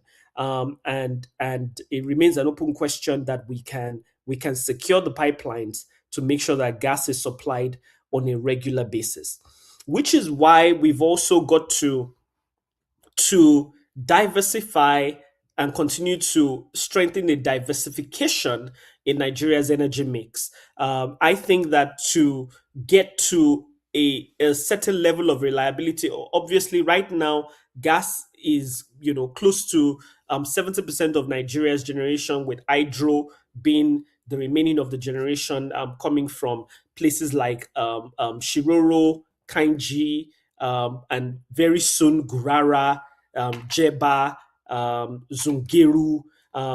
So what we expect over the next few years is to see an expansion in Nigeria's hydropower capacity. So we expect to see, with Zungeru coming on stream very soon, with Mambila and Kashimbila coming on stream. Kashimbila still has issues with evacuation. So does Gurara. It has issues with evacuation. So most of those power is being used in the areas where they are being generated. But for the ones that do not, like Jeba and Co. And Shiroro and Co., let's maximize our hydropower production to make sure that we can ameliorate the problems of gas. But more importantly, or just as importantly, as we bolster the transmission network, one of the challenges that Nigeria has faced historically with renewable energies like solar and wind and coming on the grid is that the grid is unstable. So the system operator has been very nervous about putting more intermittent power on the grid when the grid is unstable. As we stabilize the grid going to Lagos or going to various important corridors, one additional element that needs to go into this reliability metrics of Lagos, if you are going to ensure you can give Lagos 20 or any corridor whatsoever 24/7 power, you've also got to have a significant portion of embedded generation within that axis. as well as embedded storage for reliability. We did an analysis at Tao that said that for you to get the kind of reliability that you are asking for in Lagos, there needs to be an investment of close to $1 billion, mostly doing generation, a gas generation in, say, a place like Eco Atlantic, solar generation, close to 500 megawatts of solar generation in places like Lekki, free trade zone, where you have, or Ekpe, where you have relatively affordable land, and then massive battery storage at various key injection points, key consumer connection points. So in a place like, you need a solid battery in a place like Lekki, a solid battery in a place like VI, solid battery in a place like Ikoyi, Ikeja, that are sizable and can provide some kind of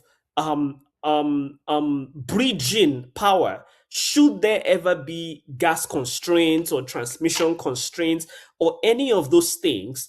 If you want reliability, you need to build reliability into the system, and that's what will lead to 100% reliability.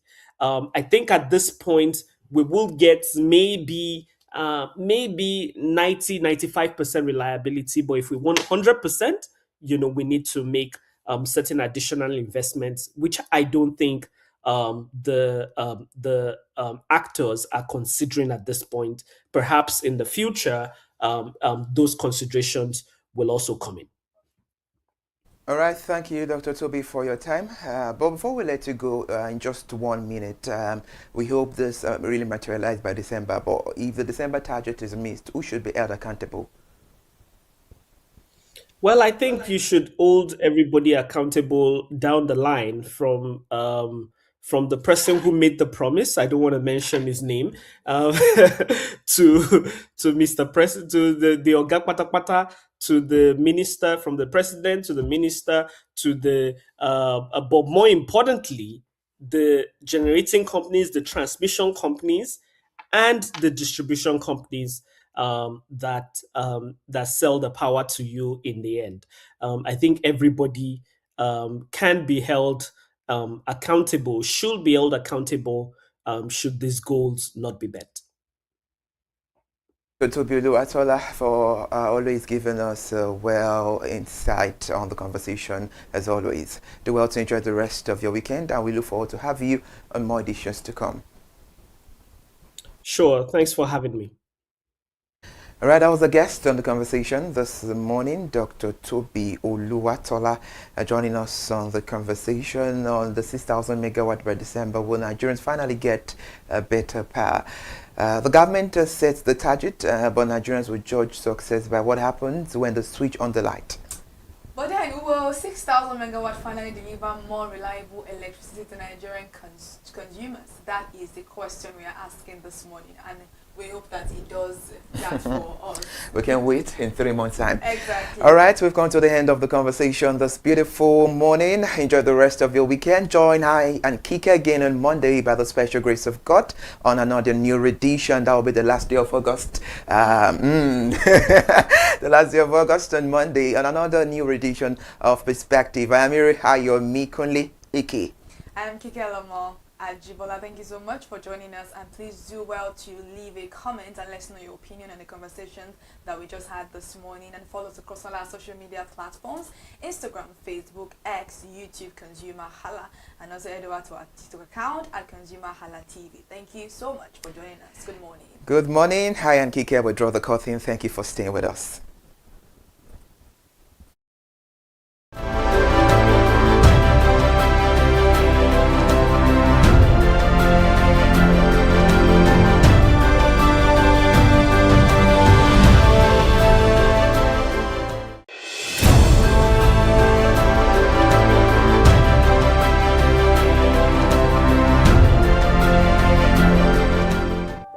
Hey there, do you know in the world today, everyone is a consumer, and as consumers, we all have the right to be heard. In Nigeria today, as a consumer, you have all right to product information, right to fair pricing, right to return goods, right to product labeling, right to fair dealings, and a lot more.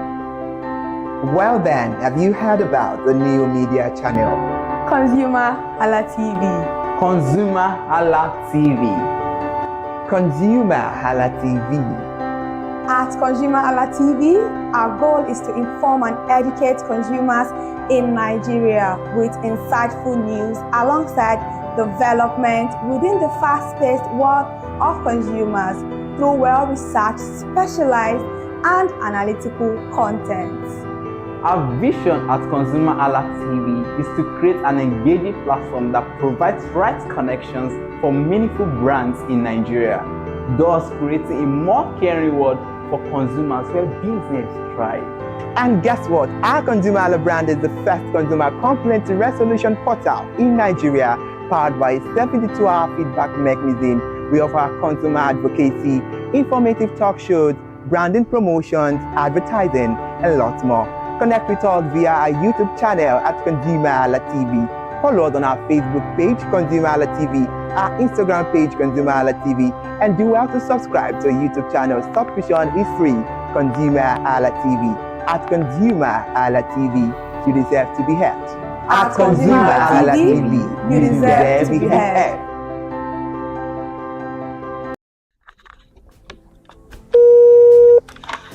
Hello consumers, you have the right to be heard, absolutely. So join us on the conversation, share your brand experience, where you tell us all your experiences about brands on the outer world via our YouTube channel every Wednesday from the hour of 4:20 to 5:20.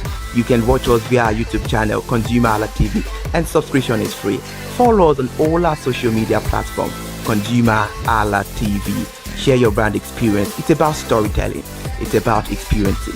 Hello consumers, you're welcome to another exciting episode of Consumer Voice on ConsumerHallaTV. I am Matilda Omenai. As you already know, Consumer Voice is a show where we'll be visiting different places in Lagos to check out people's preferences, hear what the consumers have to say about different leading brands that they make use of. Hello, it's your boy here, Iremofeko Foworola, and you know what? They call me the AUF General Overseer. Every day is a blessing and it is meant to be enjoyed maximally with AUF packages that put a smile on our faces.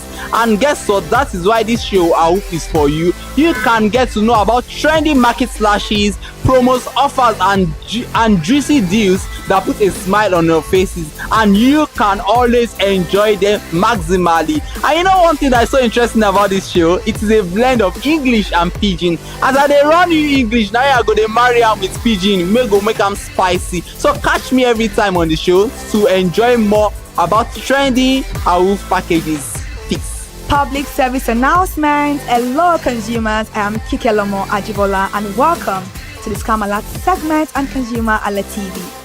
Scam Alert educates viewers about various scams affecting consumers. We learn tips on how to identify fraudulent activities and provide advice on protecting our personal information.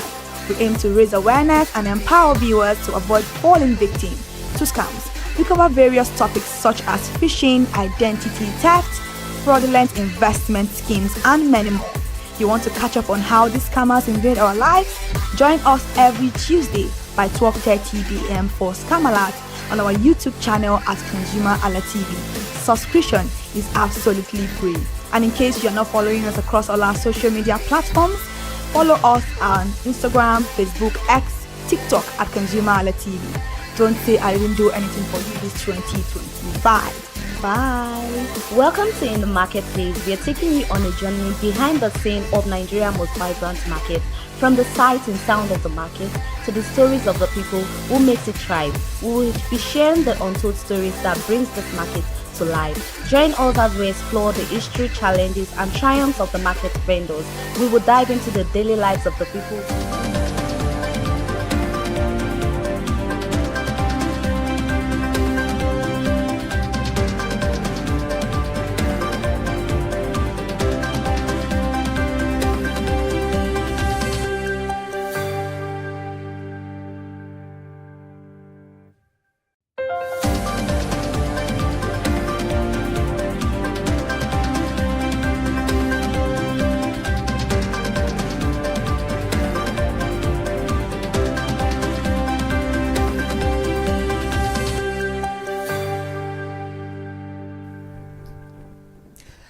good morning and welcome to ConsumerHallaTV News. I am Iri Ayomi Kunle Ike. Nigeria external reserves climbed to $53.111 billion, marking their highest level in over 17 years. The Central Bank of Nigeria records confirmed the reserves reached the significant milestone on August 24, 2026. The recent accumulation brings the national liquidity position within $14.2 million of the record peak achieved in January 2009. The sustained foreign exchange inflows and stronger petroleum export earning drove the steady build-up over recent months. Financial analysts noted that a robust reserve position provides an essential cushion against external economic shocks. This strength in the liquidity also reinforces the market confidence and supports the ongoing stability within the domestic foreign exchange framework. The capital market expert commended President Bola Ahmed Tinubu following Nigeria's official reclassification to FTSE Resale Frontier Market status effective September 21, 2026. Stakeholders view the restoration as a vital vote of confidence in the nation's financial architecture. The country had previously lost its status in September 2023 due to severe foreign exchange liquidity and capital repatriation hurdles.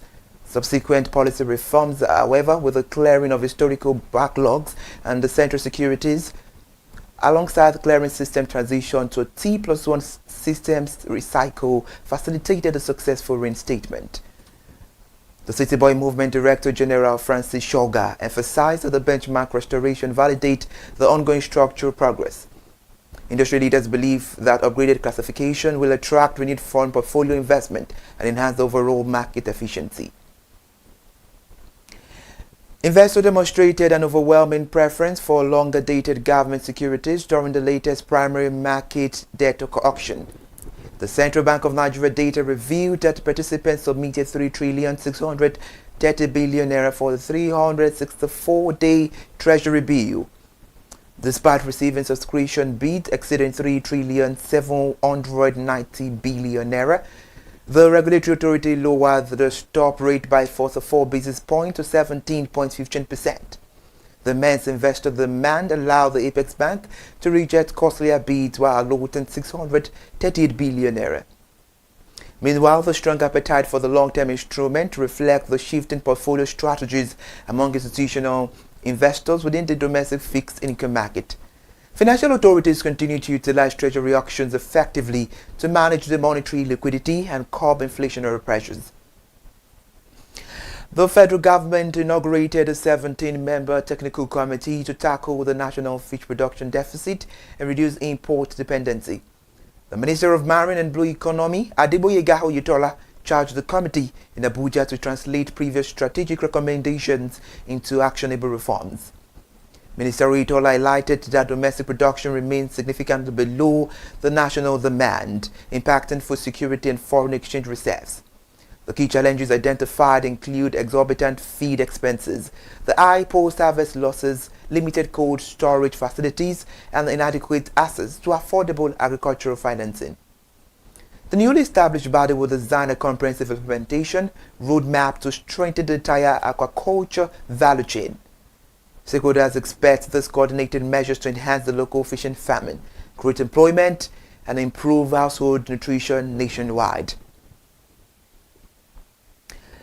The Nigerian Maritime Administration and Safety Agency stepped up enforcement of statutory regulations governing the indigenous participation in domestic shipping activities.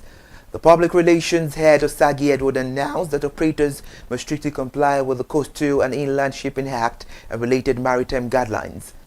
Under the enhanced regulatory framework, entities requiring vessels for the cabotage operations must utilize Nigerian-owned, registered, manned, and constructed ships. Agency officials emphasize that the foreign vessel deployment is permissible only when verified local capacity is entirely unavailable. The enforcement drive aim is to protect the local shipping enterprises, build the national maritime capacity, and ensure compliance with international safety standards. The maritime authorities warn that defaulting operators will face strict sanctions under existing statutory provisions. The federal government unveiled plans to convert 21 hydro dams that's covered along the Sokoto-Badagry Highway into commercially viable power asset. The Minister of Power, Joseph Tegbe, disclosed this initiative in Abuja, the FCT, during the launch of the Renewable Energy Asset Management Company. Minister Tegbe noted that President Bola Ahmed Tinubu directed the ministries to optimize stranded infrastructure to address the national electricity supply deficit. The upcoming small-scale hydro policy will harness this abandoned water reservoir to generate renewable energy for surrounding communities. This strategic asset optimization initiative forms part of a broader government effort to expand grid capacity, integrating the regional power sources, as it will significantly improve the local electricity availability and support industrial growth. The Transmission Company of Nigeria mobilized over $1.4 billion in international loans and grants to expand the national electricity grid. Executive Director Ajiboye Oluwagbenga announced that the financing will support massive infrastructural upgrades and transformer installations. Development partners including the World Bank, African Development Bank, and the Japan International Cooperation Agency provided the crucial funding over the past 12 months. This international investment successfully elevated the national wheeling capacity to over 8,700 megawatts. Officials confirmed that while stimulated grid capacity has reached record levels, the physical testing of the network is ongoing. The enhanced transmission infrastructure will ensure stable electricity delivery and reduce the system-wide power distribution bottlenecks. The independent petroleum marketers reported that pump prices climbed to between 1,250 naira and 1,300 naira per litre. The National Publicity Secretary, Chinedu Kadike, stated that the recent adjustment by Dangote Petroleum Refinery complicate business planning for downstream operators. The refinery increased its gantry price to 1,200 naira per litre following earlier upward adjustment driven by international crude market fluctuations. Marketers noted that navigating exchange rate volatility and shifting government policies remains challenging. Despite this near-term operational hurdles, industry stakeholders anticipate for future price moderations aligned with global commodity trends. The coordinated supply adjustment are expected to stabilize the domestic downstream petroleum market in the coming month. The Federal Airport Authority of Nigeria lifted operating restrictions in boat services following a direct intervention by Aviation Minister Festus Keyamo. The Public Affairs Director Henry Gbebire confirmed the constructive engagement between airport management and the e-hailing company resolved previous dispute. The policy reversal addresses widespread commuter complaints regarding exorbitant tax fares and transportation inconveniences at major aviation hubs. Under the new operational framework, e-hailing drivers are cleared to resume passenger pickup immediately. Aviation authorities emphasize the commitment to maintaining the orderly commercial transport standard across all managed terminals. This solution ensures fair competition and provides travelers with diverse, affordable around transportation options. Before we end the news, the Manufacturers Association of Nigeria called on the Lagos State government to introduce a unified tax code to eliminate duplicate levies. The MAN president, Francis Meshioye, made the appeal during the Apapa branch annual general meeting. Meshioye emphasized the manufacturers operating within busy trade corridors face excessive financial friction from multiple federal, state, and local revenue agencies. Implementing a single assessment authority and centralized payment portal will significantly reduce compliance expenditures. Business leaders noted that the new national tax legislation provides an ideal opportunity to streamline regional revenue collection. Adopting these digital platforms reforms will enhance industrial productivity and improve the ease of doing business across the state. We've come to the end of the news. I am Yomi Kunle. Thank you for joining us.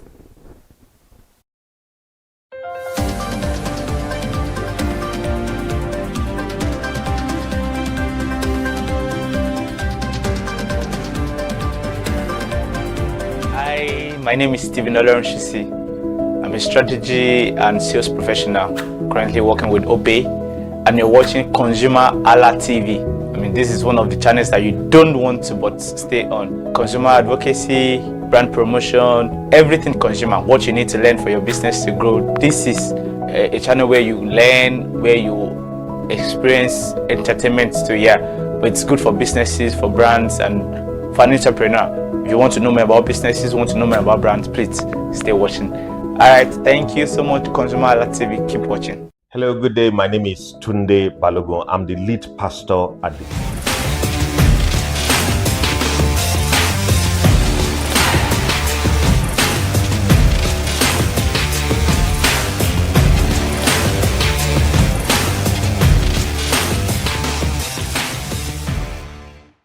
Hello consumers, from braids, twists to other protective hairstyle.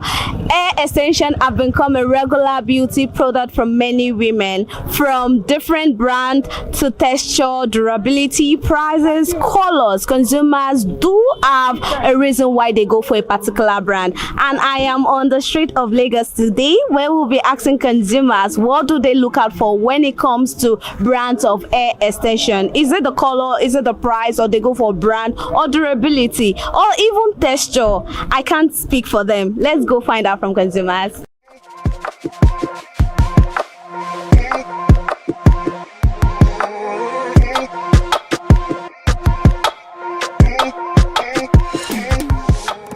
Good morning, ma. Good morning. How are you? I'm fine. Okay, so what is your name, ma? My name is Mrs. Philomena Osuanlele. Okay. Now, what do you sell here? I sell hair, attachment, weave-on, bead, perfume, as you can see, jewelries. So I have different variety in my shop. Okay, now we'll be talking about hair extension attachment itself. So I want you to tell me the types of hair extension you have in your shop. Hair extension that I have in my shop, you can go inside the shop, you see different types. But I have an attachment aside the shop. You can see it here. And the names of attachment that you have, I can see Lush, I can see Expression. Which other one do you have? I have a Lush and Expression. I also have their wave-on too. Okay. Different wave-on. Okay. And Lush also. Okay, now speaking about the brands of Expression, which one do you think, the brand of attachments, which one do you think your customers buy the most? What really happened, the reason why I'm buying different types, some people will say they need Expression, while some will say they need Lush. But the customer I have that is really buying attachment from me, most of them go for Expression. Not that they don't use Lush also, they use a Lush. But the one that Expression, yeah. Do you know why they actually go for Expression? I've been asking them question, why do you like Expression? They will say, Expression is better than Lush. That's what they normally tell me. Yeah. So they don't give you a particular reason why they actually prefer that? No, they say the Expression is more like hair. Like hair, that's what they say. They say Lush is good though, but you can't compare Lush with Expression. Okay. So it depends on their choice. So how much is Lush? How much is Expression? Lush, we have the one of 2.5. We have the one of 4,000. We have the one of 5.5. The same thing with Expression also. We have the one of 2.5. We have the one of 4,000. We have the one of 5.5. So apart from the 2.5, 4.5, 4,000, which one do they buy the most between those three? People buy 4,000 most. Most 4,000. Why? Is it because it's enough for a full hair? It will not be enough. You know, the situation of the country, they will tell you they can't buy 2 hair at the rate of 8,000. That is why. So people go for the 4,000. Okay. Okay, now I want to ask you, do you also use hair extension like attachment to make your hair? I use. Which one do you? I use Expression. Is there a reason why you prefer Expression? No. You just actually go for it? No. Okay, now what's your favorite hairdo to make whenever you want to make hair attachments? What's your favorite hairdo, hairstyle? Shuku. Shuku with attachment? Yes. Why do you like the style? I just like that shuku. I don't know why I like it. Okay. So if you could rate Expression brand over 10 based on how people use it and based on how you use it, how will you be rating them over 10? I would say 8 over 10. 8 over 10. 8 over 10. So is there anything you want this manufacturer of hair extension attachment to do better? What do you want them to do better? They should reduce the price. The price of the Expression is too high now. It's not like before. I know things are very hard in the country now, but the price is too high. Before you know, they will increase. And the moment they increase, the price will, and the sales will drop. People will not want to buy again. So you are saying because of the increment is affecting the sale? Yes, it's affecting, seriously. It's affecting. Thank you very much. You are welcome.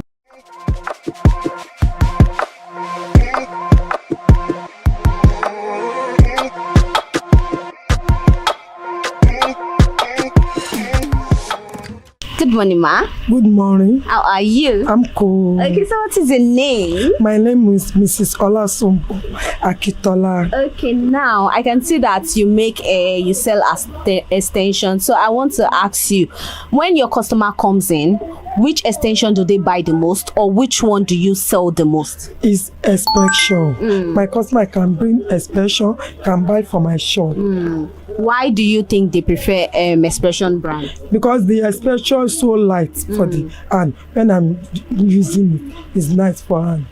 So báwo ló ṣe máa ń light sí whenever tẹ́ bá ti. Ó máa ń fúyẹ́ lórí, tá bá fi ṣẹnu, ó máa ń fúyẹ́, kò heavy lórí. Kò heavy lórí. Nítorí ẹ̀ lẹ ṣe rò pé wọ́n like ọmọ. Ṣe like láti máa lò fún customer. Àwọn customer náà dẹ̀ tún máa mú wọn. Okay, bí èlò ni expression, èlò ló ń tà? Nísìnyí ó ń tà ní ó ní type mẹ́ta, ó ní 6,000 wà, ó ní 4,500 wà, ó ní 3,000 wà. So nínú mẹ́tẹ̀ẹ̀ta yẹn sìn, èwo ni ó máa ń tà wàràwàrà nínú mẹ́tẹ̀ẹ̀ta? Gbogbo ẹ̀ náà la máa ń rí ta, a máa ń rí ta ńlá ta, ó dípẹ́ lórí irun tó bá fẹ́ ṣe. Báyìí pé irun tó fẹ́ ṣe ńlá kan ló máa tó, which super braid á lò. Bàtà kékeré ni irun tó fẹ́ ṣe máa tó, a lè lo kékeré méjì. Tó bá jẹ́ pé ọ̀fẹ́ irun tó pọ̀ rárá, a máa lo Lagos braid, ìyẹn kékeré pàápàá. So ó depend lórí style tí wọ́n bá fẹ́ ṣe. Ló máa fi lo expression. Okay, ẹ̀yin sìn tẹ́yìn náà máa ń ṣe attachment rí. Bẹ́ẹ̀ni. Irú èwo lẹ́yìn náà? Expression lèmi náà máa ń lò sẹ́yìn. Expression lẹ́yìn náà máa ń lò. Bẹ́ẹ̀ni. Okay, so. Mẹ́kà ẹ̀gbọ́n ni máa ń lò, expression ló wà lórí mi, mẹ́kà lélẹ̀. Òun dẹ̀ ni máa ń tàjù nínú ṣọ́ọ̀bù. Nínú ṣọ́ọ̀bù. Okay, so kí ni favourite hairstyle tẹ máa ń ṣe táwọn customer máa ń ṣe jù àti tẹ́yìn náà máa ń ṣe? Nǹkan tó customer máa ń ṣe Ghana weaving, a máa ń ṣe necklace, braid necklace. Èmi náà máa ń ṣe ṣùkú, mo máa ń ṣe ọba. Kí ni ìdí tẹ́ fi láì ṣe ká àti ọba? Torí pé ó máa ń yẹ kójú mi fine, so ó dẹ̀ máa ń jẹ́ kójú mi jáde. Okay, now mo fẹ́ kí ẹ rate extension braid. I want you to rate this expression braid over 10. Bẹ́ẹ̀ ṣe máa ń lò ó sí, bí àwọn customer yín ṣe máa ń rà á sí. Mo fẹ́ kẹ́ fún wọn ní number over 10. Báwo lẹ ṣe máa fún wọn number sí? Ó máa ń ra gbogbo customer mi ló like expression. Mo mọ̀, ṣé 10 lẹ fẹ́ fún wọn ni? Ṣé 9 over 10 lẹ fẹ́ fún wọn ni? 10. 10 lẹ fẹ́ fún wọn. Yes, 10. Okay, kí ni wá ní nǹkan tí ẹ fẹ́ kí wọ́n ṣe dáadáa sí tó fi máa jẹ́ kí tí ẹ mọ̀ pé ẹ lè túbọ̀ ṣe léèsì dáadáa? Kí ni advice wo lẹ fẹ́ fún wọn tó máa fi improve? Nǹkan tó lè ṣe sí náà ni pé kọ́ túbọ̀ máa ra expression yẹn kọ́ máa fi ṣerun wọn because ó máa ń da nírun, ó máa yẹ kí irun là kó wọ́ heavy lórí. Okay, àwọn tó wá ń ṣe attachment gangan sìn, kí ni advice wo lẹ ní fún wọn? Advice bíi báwọn. Kí ni ẹ fẹ́ kí wọ́n ṣe sí tó máa fi máa ṣe dáadáa? Ṣé ó wọ́n sí ni àbí kówó wọn wálẹ̀ ni? Mo kò tún ṣe expression yẹn ó ti tẹ́lẹ̀ ó ní ètò àǹtà níṣẹ́ ó tún ti wọ́n sí.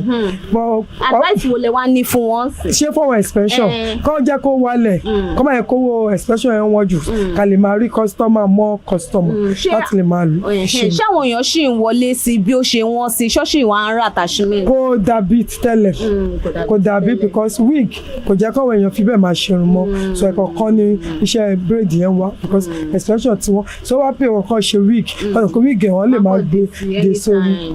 So wig yìí sìn ló ti ń move. ló ń move dáadáa but attachment náà a fi ṣerun náà lẹ́kọ̀ọ̀kan. Ẹ ṣé ma. Yes ma.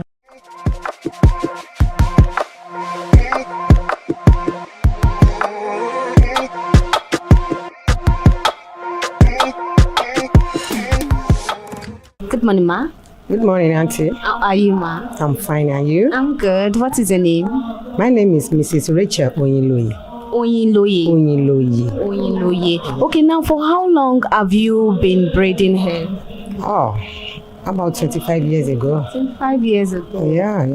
So how often do your customer comes with attachments? How often do they make attachments? Almost every week. Almost every week. Yeah. Now, speaking about attachments, which extension do you use all the time? I use expression. Expression. Yeah. So when your customer comes with their extension, or they ask you to recommend, or they bring attachment along? Some bring their own and some buy from me. So if you can actually talk about it, which attachment do you braid with mostly? Expression. Expression. I said it earlier, expression. So why do you think they prefer expression? Number one, expression is an old product. Number two, whenever you use expression, it will give you exactly what you want, especially when you call the mouth. So it will bring out the coils very well. I think I prefer expression. You prefer expression. Have you also braid with other extensions? Yes. Like which extension? Locks.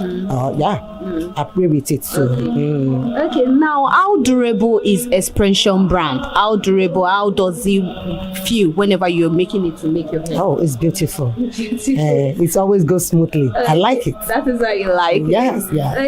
Okay, now I want to ask you which you should mention the various type of hairstyle you make. Oh, we have different type of style that we make. You can do pick and drop with it, because with like what you are wearing now, you can use it you can do shuku, you can do all back, you can do different types of. But which hairstyle do you know that your customer makes most of the time with their extension? That's what's it called? One braid. Yes, braid. That's necklace braids. Yes. Okay, now I want to ask you. I can see that you are on hair attachment too. So which extension are you on? This is expression. Expression. Yeah. Is it because of how it feels, how it makes your hair light? Because most people are saying it feels light. They enjoy the texture. Is that the main reason why you also like it? Yes, it's very light. Even if you like, you can use 3, you can use 4, but it doesn't look heavy on you. It's very light, and it will bring out exactly what you really wanted. So that's why, and I like most of the colors. The colors. Yes. What colors do you mostly do? I'm wine, that's J99, 33, 1B, color 1, and so on. Okay, now I want you to rate expression brand over 10 based on how people use it and how you use it. How will you rate them over 10? 10. 10. Yeah. Okay, I know you said 10, but is there anything you like them to do better? Is there anything you feel they can do better? For now, none. For now, I don't know what will happen tomorrow, but for now, I think everything is perfect. Okay, so how much does it cost? Expression, how much does it cost? You know, we have different types. So there's one of, although it has gone up. Before it was 1,000 something, but now it's 3,700, 4,000. You even see 7,500. Wow. So it now depends on I think it comes in different sizes. So we have 3 sizes: the smallest one, the medium, and the biggest one. So which one do you think your customer comes in with most of the time, or which one do you sell the most? Which sizes? The medium and the biggest one. Yes. Why do you think they go for this size? Another thing is this. You know, there's one that they've picked. It reduces the stress of picking. Reduce this time. It doesn't waste time and doesn't waste the product. So those ones, the picked one is very, very good. You understand? So have you worked with a brand that it was very difficult? Have you worked with an extension brand and you feel like, oh, I don't like it, or customers have complained about a particular extension before? No, not at all. Not at all. Thank you very much, man. You're welcome.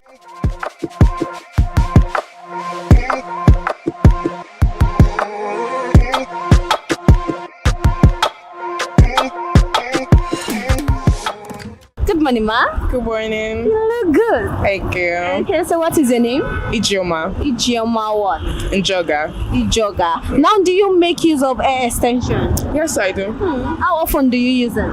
Yeah, frequently. Yeah, maybe twice in a month or 3 times in a month. Okay, so which brand do you make use of? I prefer Darling. Why Darling?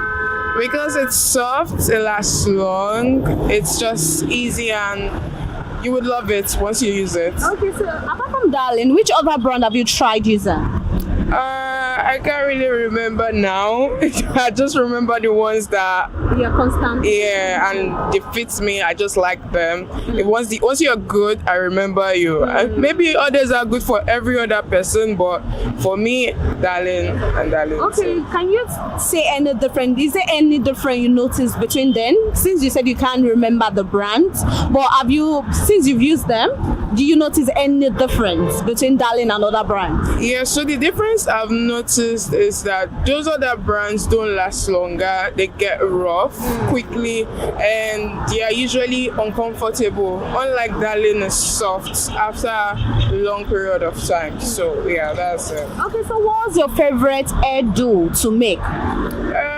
Well, the easiest, Obak. Obak. Do you love making hair extension with Obak? Yeah, of course I do. So how much do you get darling for? The last one I got was about 7,000. Yeah, for the pack. 7,000. Yes. And it was enough for your hairdo, right? Yes, it was. I still have a remainder, just one pack as we grouped all of them. Yeah. How much do you get it for before? Before it was about 5,000, 5,500, and then we went up to 7,000. Okay, is that the main reason why you don't make it as often? You don't make use of extension as often as before, or other reason? Yeah, it's part of the reason. I mean, you know what's going on in the country, you have to cut your costs, so yeah, I had to. Okay, so I want you to rate this brand over 10 based on how you use it, how you like using it, how it makes you feel. How will you rate Darling brand over 10?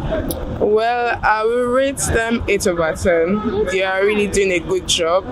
It's soft. I love the product, and trust me, if you use it, you definitely enjoy it. Okay, if there's anything you like hair extension manufacturer to do better on, what would you want them to do better on? Well, I would say make it easier for people to get access to your products, because I remember while I was asking questions about what to use, I didn't want to use the normal attachment. Someone had to tell me I should go for Darling. And I was like, okay, where can I get this particular product you are saying? And she was like, go to the website. And then I get to the website, I say, you have to click on this and do this. It will take so days for you to get your product. I'm like, hello, this is not in Get to Market. What's going on? Right? I had to go, when I got to Get to Market, I went from shops to shops to shops to shops, and before I could get a particular one, it took a very long period of time. It wasn't easy to get. Yeah, it wasn't easy at all. Okay. Thank you very much, ma. Thank you.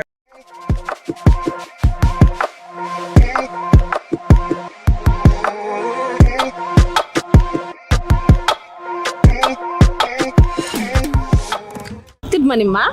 Good morning. How are you? I'm doing well. Okay, so what is your name? I'm Adiola. Adiola what?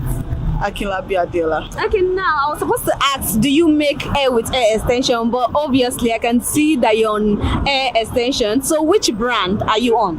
Okay, I think I use extension Superstar. Yes. So it has 4 pieces inside, but I just use like 2 pack to make your hair. to make the hair. Okay, so which brand do you usually use?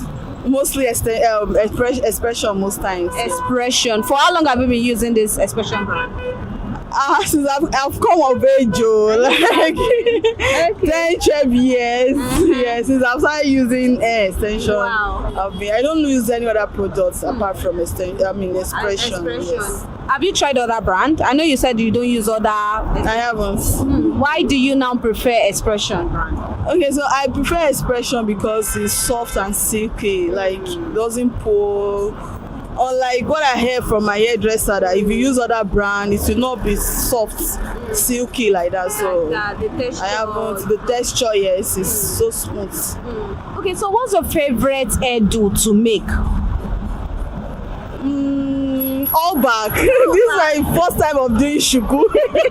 I also let me try shuku and let's see how it turns out. Yes. Why do you like all back? No, it doesn't waste time. Just easy to go. You are done once and that's it. So I learned that expression has different sizes. So which size do you use? And I said earlier, I use Superstar. It's bulky, like it's How rich. much do you get that for? I think 4,500 or so. 4,500. Yes, but I didn't finish it. I just used 2 pieces out of the 4-pack. Okay, yes. so how often do you braid your hair with hair extension? I think after like 3 weeks. Yes, I did this one yesterday. So in 3 weeks time now I will lose this. Then you make another one. I can wait for like a week for my hair to just have rest. Then after a week, because I am having natural hair, so I cannot just leave my hair for so long without making it. Yes. Okay, so I want you to rate this brand, this expression brand over 10. How will you rate it over 10? Okay, I think 8/10 because of money is expensive, so I won't give them 10/10. Okay, so if there's anything you want this brand to improve on, to do better, what would that be? It's okay because there are different varieties of expression depending on your purse. Yes, your budget. Yes, so I think it's okay. They can help us to bring down the price. Okay. Yeah. Thank you very much. Thank you.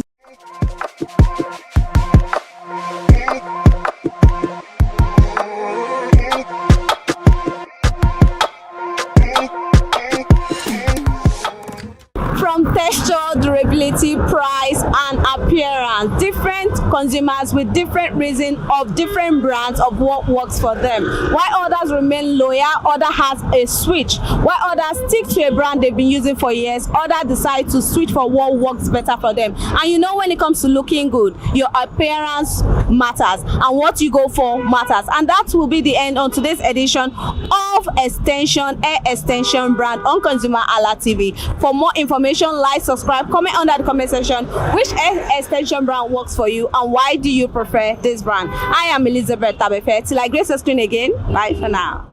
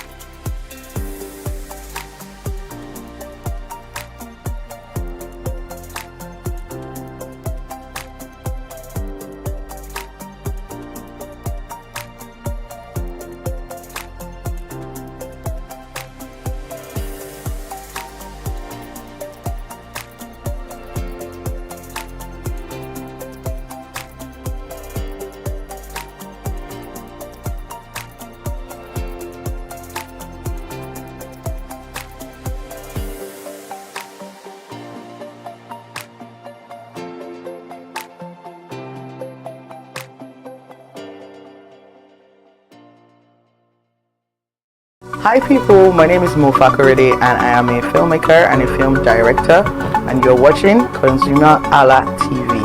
ConsumerHalla TV is everything consumer advocacy, consumer rights, everything that has to do with consumers. On this TV, you'd watch, you'd learn, you'd be educated, and you'd be entertained. Keep watching ConsumerHalla TV. My name is Olubukola Ozone, a photographer and a social media enthusiast. You're watching ConsumerHalla TV. It's a consumer advocacy TV. If you have a problem, anything, any consumer related problem, just holla at them, just like their name implies, and they're going to get it sorted for you. Keep watching, stay tuned. Thank you very much. Hi guys, my name is Joba Jalabi. I'm a marketing communications professional. I currently lead marketing at Flash Change, a fintech startup. Keep watching ConsumerHalla TV, a consumer advocacy channel. Hello, my name is Sharon Rotimi. I'm an actor and I am on ConsumerHalla TV. Now, ConsumerHalla TV is a consumer advocacy channel. So if you have any issues, consumer-related issues with brands and services, you can reach out to them and they will be sure to handle it or to cater to you. Thank you so much. Hi guys, my name is Iyebiye Adeton. I'm a film poster designer and illustrator. This is ConsumerHalla TV. It's a consumer advocacy channel. We show content on consumers-based news, entertainment, and all of that. So I urge you guys to stay tuned to ConsumerHalla TV. My name is Anoluwapo Alao, a sales consultant for Star Times Nigeria. This is a ConsumerHalla TV, where they discuss anything consumer needs and get knowledge about anything about consumer. So keep watching it. Hi, my name is Adebola Ogushino. I'm a filmmaker and you're watching ConsumerHalla TV. Any consumer related issues, they've got you. Hi, my name is Stephen Olorunshisi.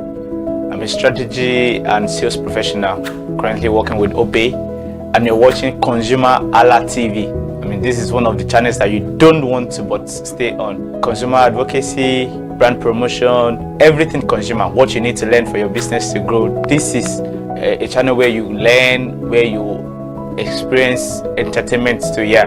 But it's good for businesses, for brands, and for an entrepreneur. If you want to know more about businesses, want to know more about brands, please stay watching. Alright, thank you so much, ConsumerHalla TV. Keep watching. Kingsborough Church in London, and you're watching ConsumerHalla TV, which is a new initiation into the TV industry in Nigeria, the first of its kind in Nigeria, and I know that it's going to bring value and quality into the service industry.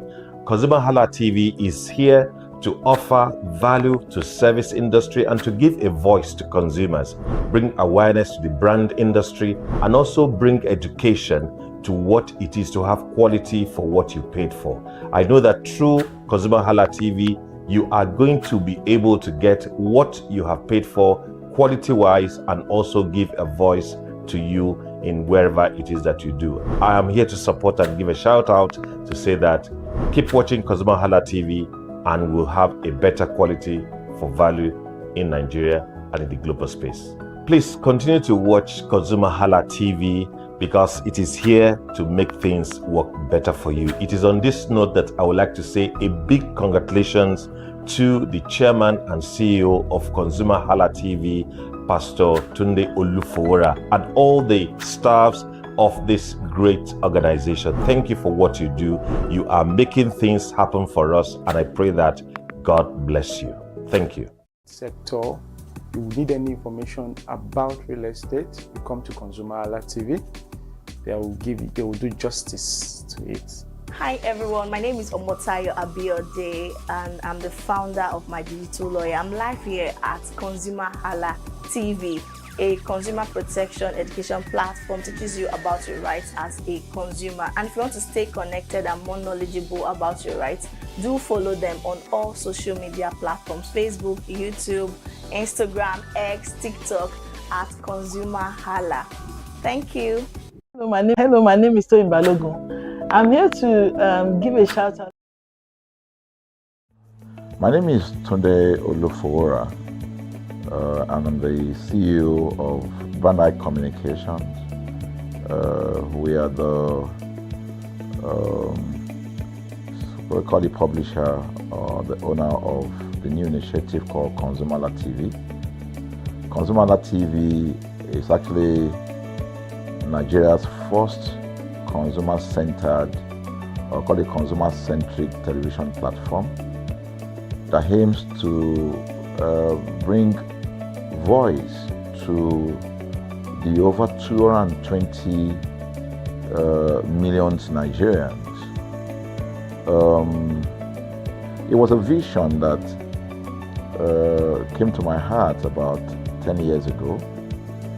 I remember that I was traveling. I traveled out of the country, on airline, and I had this unpleasant experience. It was a trip to an African country from Nigeria, and I actually went with a local flight from Nigeria. I wouldn't want to mention the name of the airline, and then it was to South Africa, and we landed in South Africa, and let me just paraphrase it. When I was coming back, I had some money, some dollars, and that someone had given to me to hand over to another person in Nigeria. So I wanted to help out. I didn't want to carry the cash on myself. So for whatever reason, I opted to. I had a small case, and I felt that it was safer for me to put the money in my luggage. So I put it in a safe place in my luggage, got everything intact, and I checked in my luggage. My arrival in Nigeria, I was standing and was waiting by the carousel just so that I could pick up my luggage, and then I was there for 1 hour and waiting for my luggage. I didn't know that my luggage already arrived, and it was one of the luggage that was moving around on the carousel. So after about 1 hour wait, I looked to my left and my right. Almost everybody had gone. I think there were just about 2 or 3 left. So I beckoned on the woman that was on my side, and I noticed she was really in tears. Madam, what happened? She said, her bag has just been torn and a lot of things stolen. So I said, well, I've also been waiting for my own. She said, you better go and check those luggages there. Maybe yours is one of them. And lo and behold, I went around there. Mine was one of them. By the time I got it, everything inside my luggage was gone. All the valuable things there were gone. To cut the long story short, we felt there was need for us to report the case, at least to the airline. It was in the night, about 8 o'clock or 9 o'clock. We went in to go and see the officer that was in charge. As soon as we got in there, the officer said, "Oh, so sorry, but you will have to go to our head office in somewhere in Victoria Island, to lodge a complaint." Okay. So the next day we went to the Victoria Island and we lodged a complaint, and that was it. And since that day, I'm talking a story of over 10 years ago, I didn't get a call, not even a call from that airline to talk to me about what happened to my luggage. Now, about a month after that trip, I had another opportunity to travel out of the country. This time around it was to US, and it was an official assignment. And I flew on, I will mention the airline this time around. I flew on a BA. I didn't like BA. I usually go with Virgin Atlantic and things like that. But my protocol officer convinced me and said, "Okay, you will love BA. Why don't you go on BA?" Anyway, so I went on BA to US. And of course, when I returned from US to Nigeria, we had to do, of course, there'll be like a connecting flight, from Heathrow.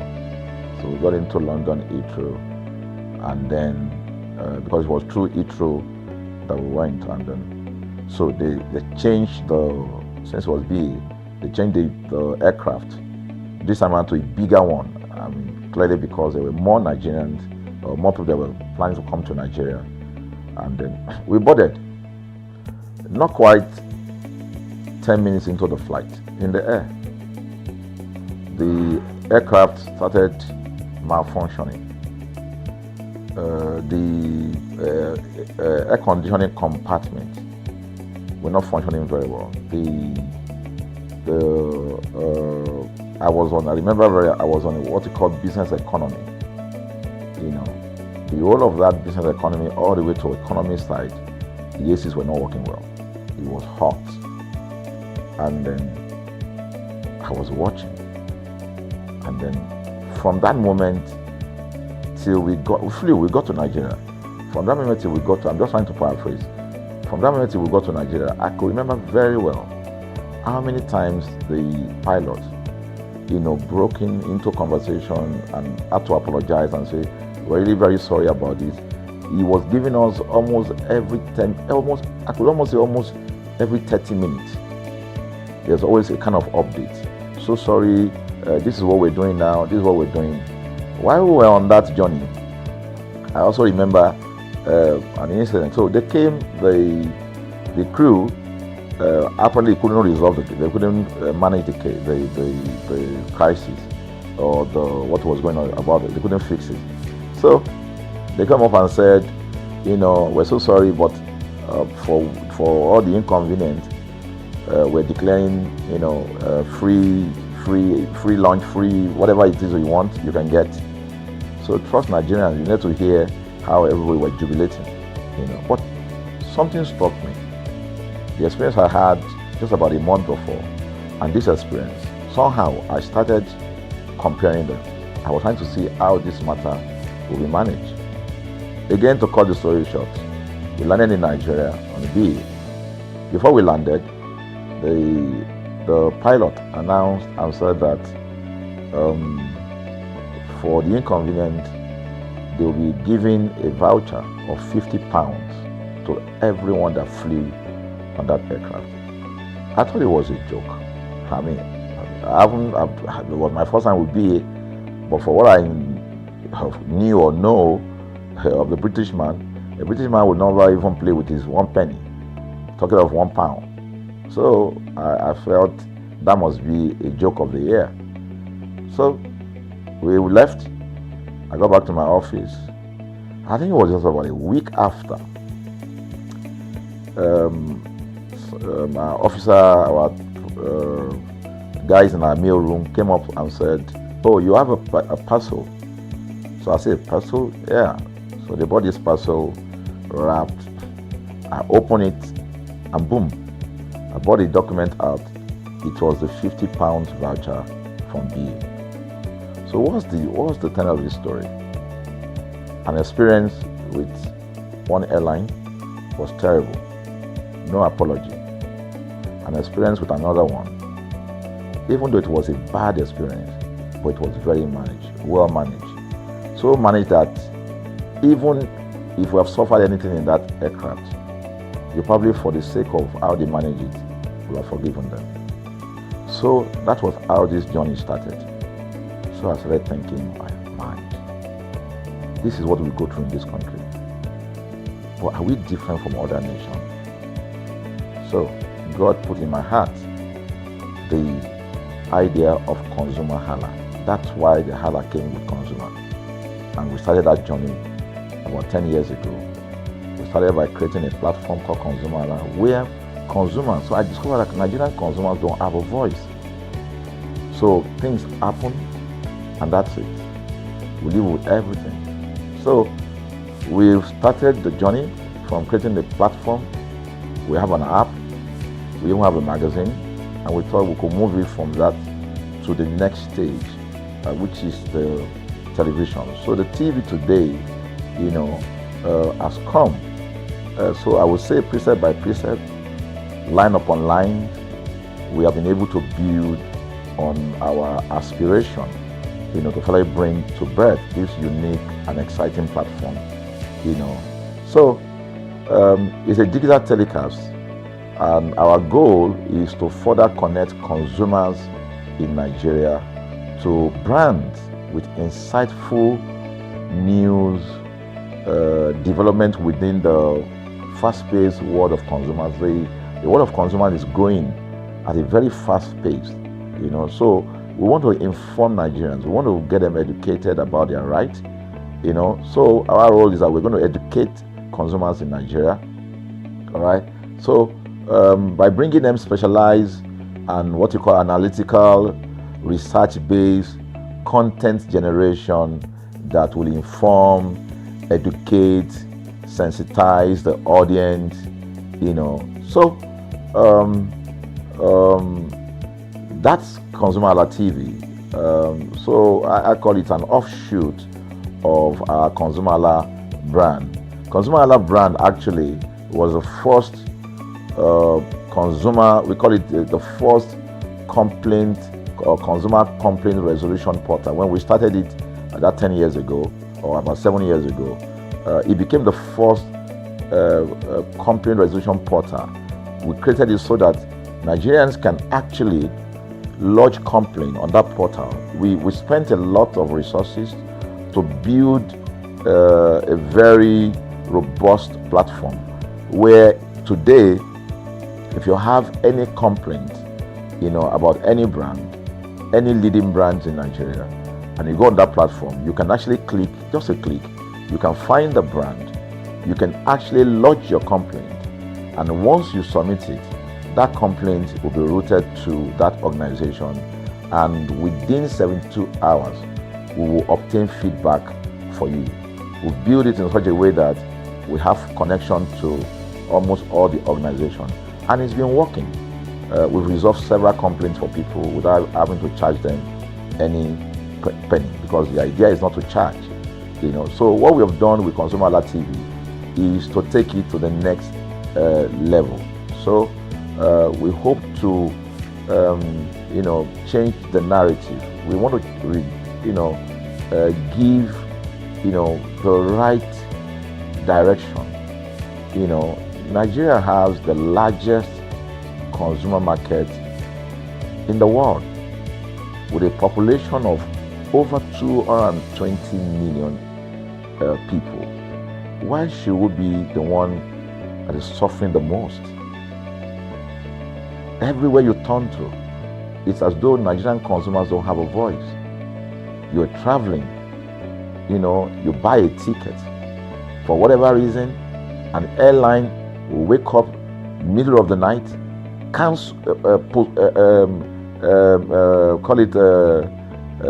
delay the flight for whatever reason, and then you'll be waiting at the airport for hours. You'll be there for 2 hours, 3 hours, no any explanation.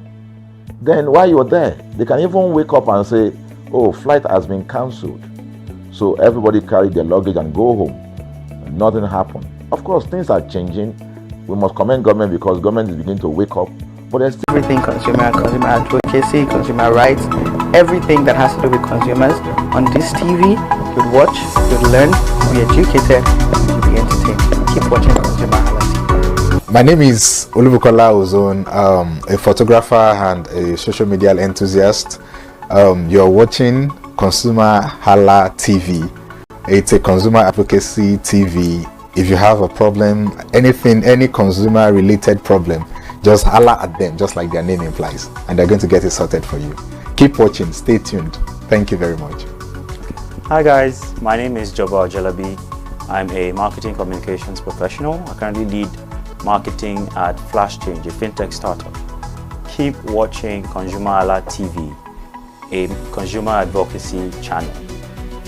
Hello, my name is Rotimi. I'm an actor and I am on ConsumerHalla TV. Now, ConsumerHalla TV is a consumer advocacy channel. So if you have any issues, consumer-related issues with brands and services, you can reach out to them and they'll be sure to handle it or to cater to you. Thank you so much. Hi guys, my name is Iyebiye Adeton. I'm a film poster designer and illustrator. This is ConsumerHalla TV.